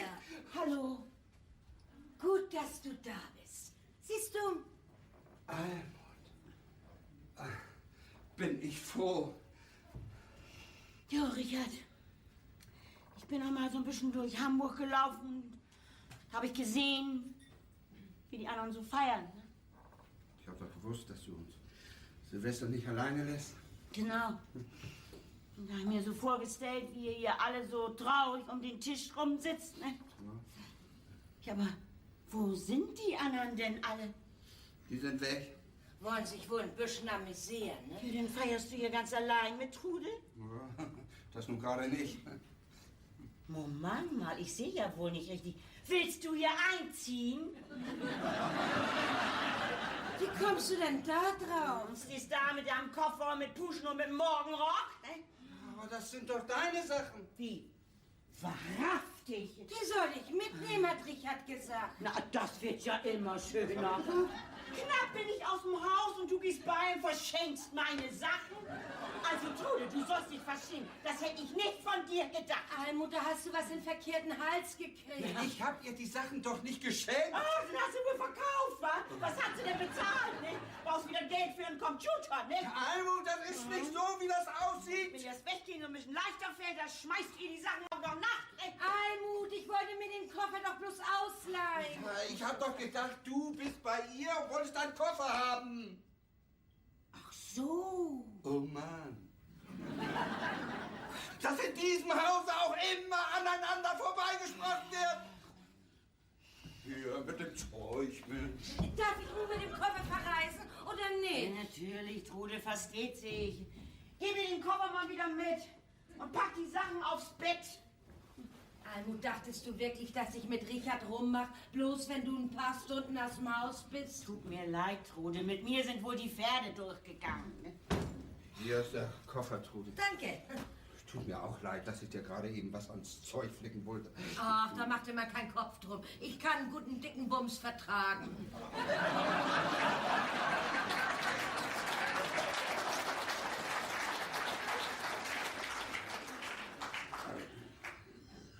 Trude, kannst du uns nicht mal einen Augenblick allein lassen? Natürlich. Ja. Also,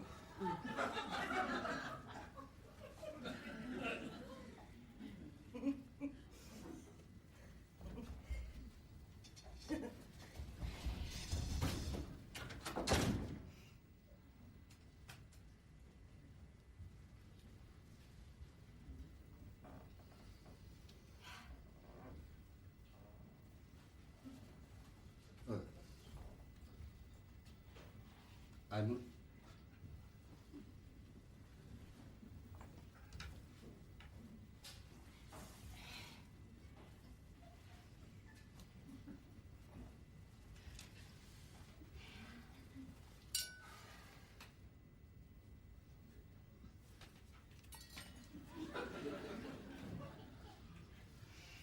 Wir sollten mal in Ruhe über alles reden. Ne? Ja, wir reden viel zu wenig. Ja. Vielleicht ist das ja unser Problem. Ja. Manchmal reden wir gar nicht miteinander, ne? Oder wir reden aneinander vorbei. Einig sind wir uns bloß, wenn wir über andere reden. Ja. Und einer sollte dem anderen zuhören. Ja. Ja.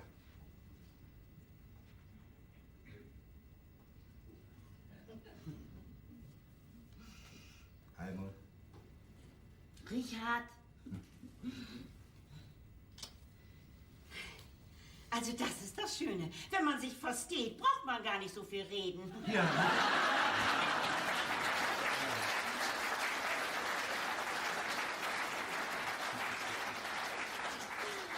Oh, darauf sollten wir einen trinken. Also Sekt, Wein, Sherry? Gib mir mal einen kleinen Sherry. Sherry. Sag mal, die Kinder sind nicht da. Wer hat denn den Tisch so schön gedeckt? Mutter, hat mir so ein bisschen beigeholfen. Und wo ist sie nun? Ist ein Augenblick von der Welt. Oh, Entschuldigung. Hat wohl einen kleinen Dunje, wa? Nimmt eine Mütze voll Schlaf. Ja, also dann Almut. Prost. Richard, Prost. In der Küche steht alles parat. Wollen wir denn nicht nur vielleicht einen Happen essen? Nee, ich bestimmt nicht. Ich habe mir am Bahnhof Kartoffelsalat und eine Knackwurst geben lassen. Aber du hättest dir doch denken können, dass es hier was Schönes gibt. Ja, wusste ich doch nicht, ob ich überhaupt wieder zurückkomme. Ja, Richard, dann lass uns mal was essen, ne? Und was ist mit Anni? Die hat schon was gehabt. Ja, und wenn Almut satt ist, dann lass uns mal abräumen hier. Ja, und was ist mit mir? Du bist nicht eingeladen. Hol doch mal das Tablett aus der Küche. Danke.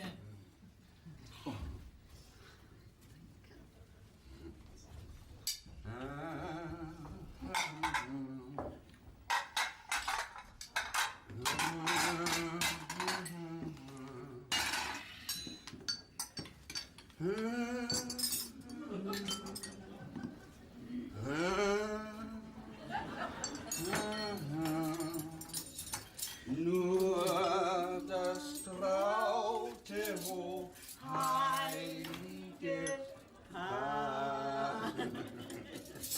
Ach, Trude, ja, komm.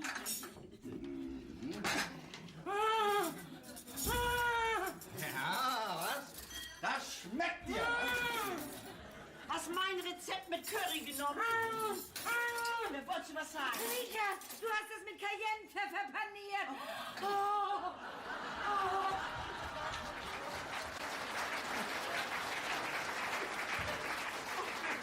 Das verstehe ich nicht. Mutter hat sich nicht beschwert. Wasser, Wasser, oh, Wasser. So, Richard, nun komm mal her hier. Nun lass uns mal eben unser Wohnzimmer so ein bisschen auf Silvester dekorieren, ne? Ach, das tut doch nicht nötig. Natürlich, heute ist Silvester und dann wird dekoriert. Ja, gut. So, pack ihm den Tisch mit an. So. Eigentlich wollte sich ja Tobi darum kümmern. So, danke. Gewiss hat er auch Luftschlangen und diesen ganzen Kram gekauft. Weißt du was? Guck gleich mal nach. Aber du, kein Konfetti. Nein, nein. Das fehlt mir gerade noch. So. So, dann bin ich mal wieder, ne? Ich bin ja ganz allein zu Hause, ne? Und da habe ich mir ein bisschen was zu essen. Menschenskind, du kannst doch nicht das ganze Essen mitnehmen. Ja, das habe ich auch nicht. Die Hühnerbeine sind noch draußen. Mach's mir mal die Tür auf. Ich hab ja beide Hände voll, ne? Tschüss. Ja, tschüss.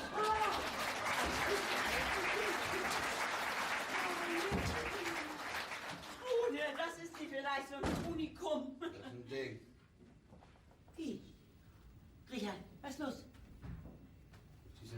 ausgezogen. Unzertrennliche Liebe.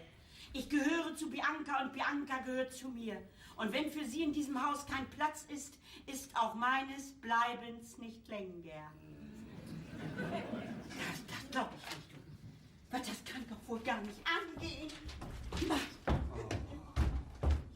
Ein Bier.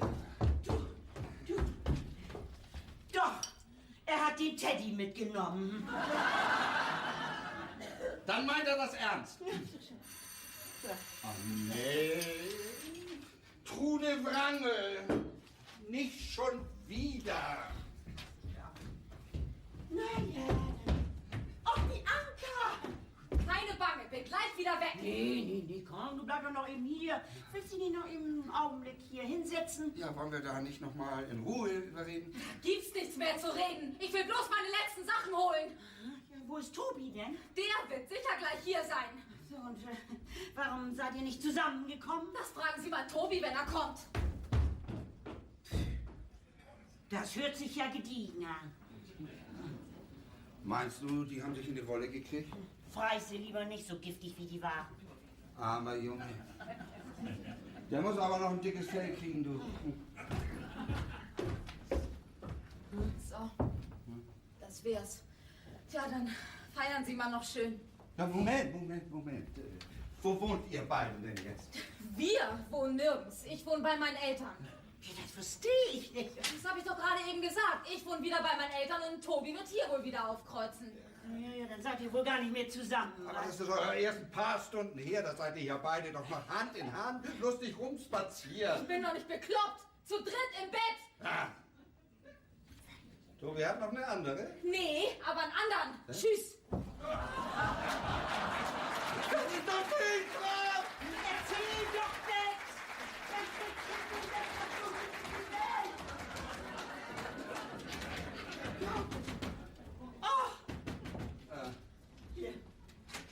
Warum seid ihr beide nicht vorne reingekommen? Bianca kam ja gerade aus dem Haus und wir wollten ihr nicht über den Weg laufen. Ich verstehe nicht, wie man sich in so kurzer Zeit so asig erzürnen kann. Ich wohl. Hat Bianca uns doch gerade eben erzählt. Tobi, wie kommst du bloß auf so eine appelquatsche Idee und nimmst das Biest mit ins Bett? Ach, den hat sie gemeint? Natürlich. Ach, Papa ist der andere Kerl, nicht? Ja, sag mal, Tobi, wie alt bist du eigentlich, was? 24 ist der Bengel. Ja. Wenn er 4 wäre, würde ich doch nichts sagen.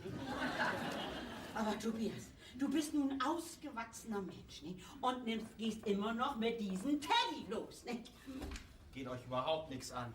Ja, aber das ist doch kein Wunder, dass Bianca dich nicht mehr als Freund haben will und hier so einfach ausgezogen ist. Nee, hier ausgezogen ist sie wegen dir. Ach nee. Und warum hat sie gerade eben erst ihre Backspirn hier abgeholt? Das war bloß der Rest, der beim ersten Mal nicht mehr mit ins Auto gepasst hat. Ja. Musste Papa wieder vorne sitzen, ne? Wegen Airbag, ne? Na, du spar dir deine Spitzen. Ich weiß auch, dass ich ein bisschen alt bin für einen Teddy. Dann kommt Papa eben weg. Naja, du musst ihn ja nicht gleich auf den Müll schmeißen, nicht? Du bring ihn doch in die Garage und setz ihn auf das alte Dreirad. Ja, hat Papa ja auch für dich aufbewahrt. Ihr wisst auch nicht, was ihr wollt. Du wirst dich noch freuen, dass die Sachen da sind, ja? Wenn ihr mal Kinder habt. Ja, dann müsst ihr mich dafür auch erstmal wieder mit Bianca vertragen. Das hat ja keine Eile. Andere Mütter haben auch schöne Töchter. Die Garage ist immer noch draußen. Ja, muss ja doch nicht gleich sein. Muss doch mal über alles nachdenken. Ja, Tobi. Wird alles nicht so heiß gegessen, wie es gekocht wird. Weißt was? Du kommst nachher noch mal wieder runter und dann trinken wir ein schönes Glas Wein zusammen. Ist doch Silvester. Ja, und um 12 rufst du deine Bianca an. Sollst mal sehen, du. Morgen sieht die Welt wieder ganz anders aus, was?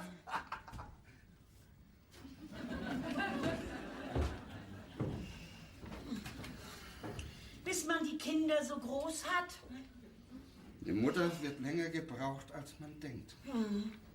Ich mache mir es denn keine Sorgen mehr, wenn die Kinder ihre eigene Rente kriegen. Guten Abend.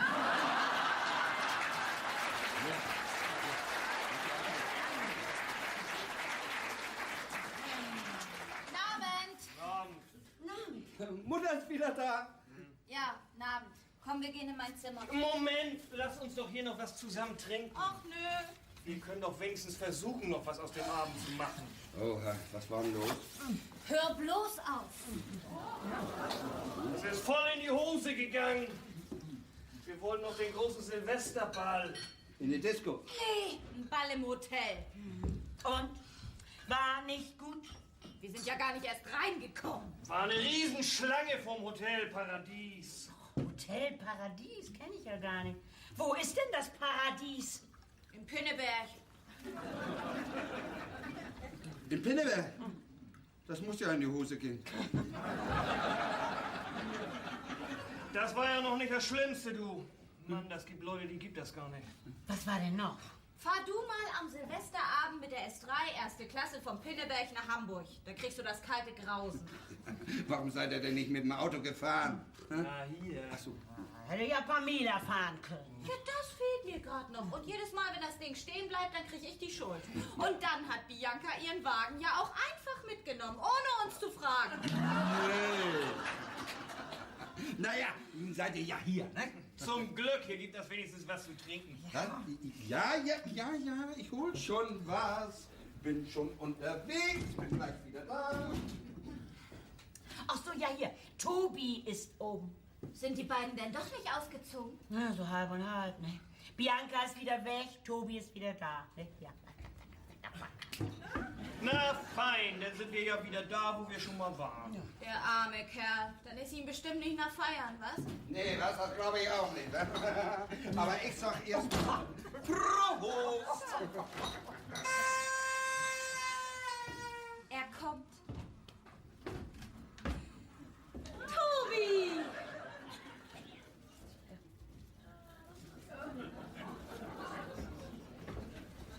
Na, für einen, dem gerade die Freundin weggelaufen ist, bist du ja schon wieder ganz schön fidel, was? Schiedernbaum. Weg mit Schaden. Happy days are here again, the skies above clear. La la la la la la la la la da da Ja. Was recht, mein Sohn? Bloß nicht unterkriegen lassen, ne? Also ich sag erst mal Prost zusammen. Prost, Tobi. Prost. Prost. So, jetzt wird hier dekoriert. Sieht ja aus wie bei einer Beerdigung. Genau, wir wollen ja das neue Jahr begrüßen und nicht das alte begraben. Ja, apropos, weck mal Oma. Richard. Tobi, finde ich echt gut, dass du dich da nicht lange mit aufhältst. Was nützt das? Das Leben geht ja weiter. Na, trotzdem, was? Erstmal tut das ganz schön weh, was?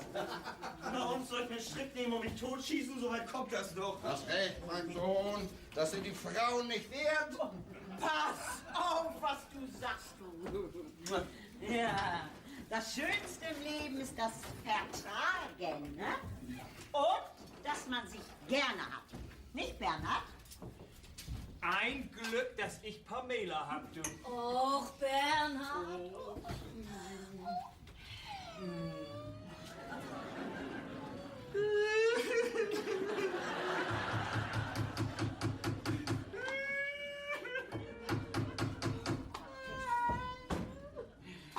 Tobi. Was ist, mein Jung? Hast du auf den Daumen gehauen? Das kenne ich. Gleich unter Kaltwasser halten. Oh, sowas tut weh. Das hat dich doch mehr mitgenommen, als du wahrhaben willst, nicht, Tobi? Oh, guck mal hier. Na, sowas. Und eben war noch so lustig, ne? Er war nicht lustig, aber davon weißt du nichts, ne? Da muss man sensibel für sein. Ja, Kopf hoch, Tobias. Wird schon wieder. Ja, reiß dich zusammen, Jung. Ja. Ja, so. Was ist mit Oma? Sauber. Die kommt gleich, macht sich bloß noch ein bisschen hübsch. Da hat sie sich allein vorgenommen. Richard! Oh, guck mal, der Lothar. Ja. Und Inga. Mach's mal auf, Almut. Ja. Mensch, die frieren, du. Das ist ja nett. Na, wollt ihr Tschüss sagen? Nee, wir wollen mitfeiern, wenn ihr nichts dagegen habt. Wir haben auch eine Buddel Champagner mitgebracht. Oh, Leute, die ihre eigene Buddel mitbringen, sind immer willkommen. Immer rein in die gute Stube. Sag mal, Inga, du bleibst auch hier? Ja. Hast du gar keine Angst, dass du dein UFO verpasst? Sollen wir draußen ein Schild aufstellen? UFOs bitte bei uns klingeln. Du findest das gar nicht witzig, was Gernot? Oh. Nee, sie hat das Schild schon aufgestellt.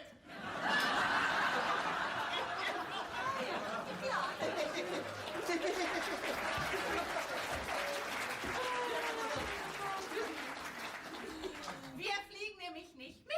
Schade. Und warum nicht?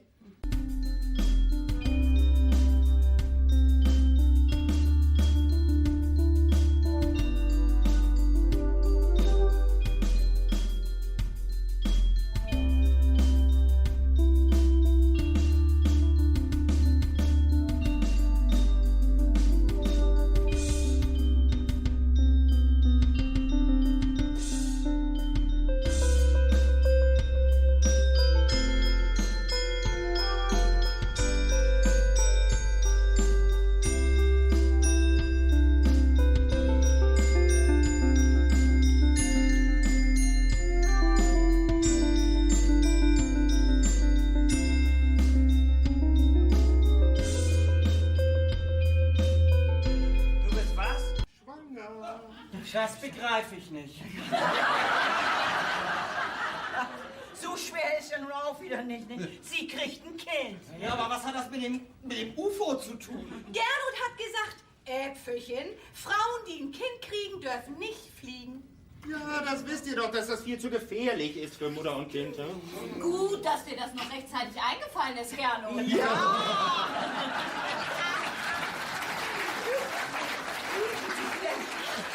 Dann lass uns doch erstmal vernünftig hier gratulieren. Ne? Ja, wir gratulieren auch von ganzem Herzen. Du doch nicht. Sag mal eben, wann ist das denn soweit? Ach, das dauert noch ein bisschen. Und seit wann bist du schwanger? Seit um 5 heute Nachmittag.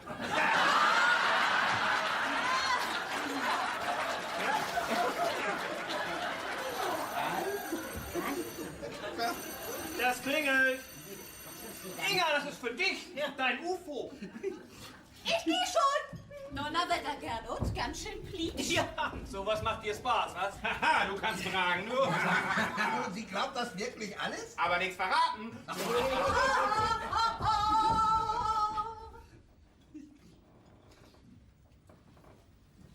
Tobias Ohnsorg, was hast du dir dabei gedacht, mich einfach so weglaufen zu lassen? Das gibt das ja wohl nicht. Die hat Nerven, was? Mutti, du sagst nix. Tobi, du sagst was. Ja. Bianca, jetzt hör mir mal zu. Tobi? Bianca. Gernot. Äpfelchen, nicht Tom. Recht haben Sie. Was meinst du, Elmo? Was die können, können wir schon lange.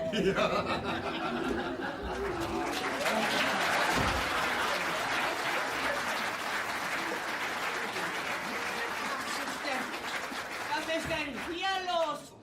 Das ist ja wohl so ein Gomorra hier, was? Noch gar nicht so weit. In 5 Minuten ist es 12. Noch 4 Minuten bis 12. Jetzt hier deine Uhr buttert, es sind noch 3. Nee. Gut, so haben wir unseren Computer. Oh, nee, Richard, lass mich das lieber machen. Oh. Silenzium.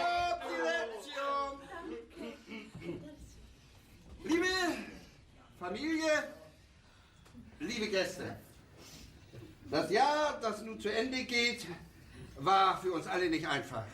Noch nie vorher, danke, hat sich so viel geändert in der Welt, aber auch hier bei uns. Wir haben viel investiert, dass wir mit der Zeit gehen. Ja, so hoch nötig das auch ist. Ja, aber wenn dabei rauskommt, dass es Streit gibt in der Familie, dass wir nicht mehr miteinander reden und einer dem anderen nicht mehr zuhört, dann ist der Preis zu hoch. Sowas darf nicht wieder vorkommen. Und darum sage ich euch, und das könnt ihr euch hinter die Ohren schreiben, sowas kommt in dem neuen Jahr prinzipiell nicht mehr in die Tüte. Und wenn ihr euch auf den Kopf stellt und mit dem Nachlassen pflegen fangt. So wahr ich Richard Unsorg heiß. Basta, Mama. Ja, mein Junge. Morgen wird alles anders. Oh,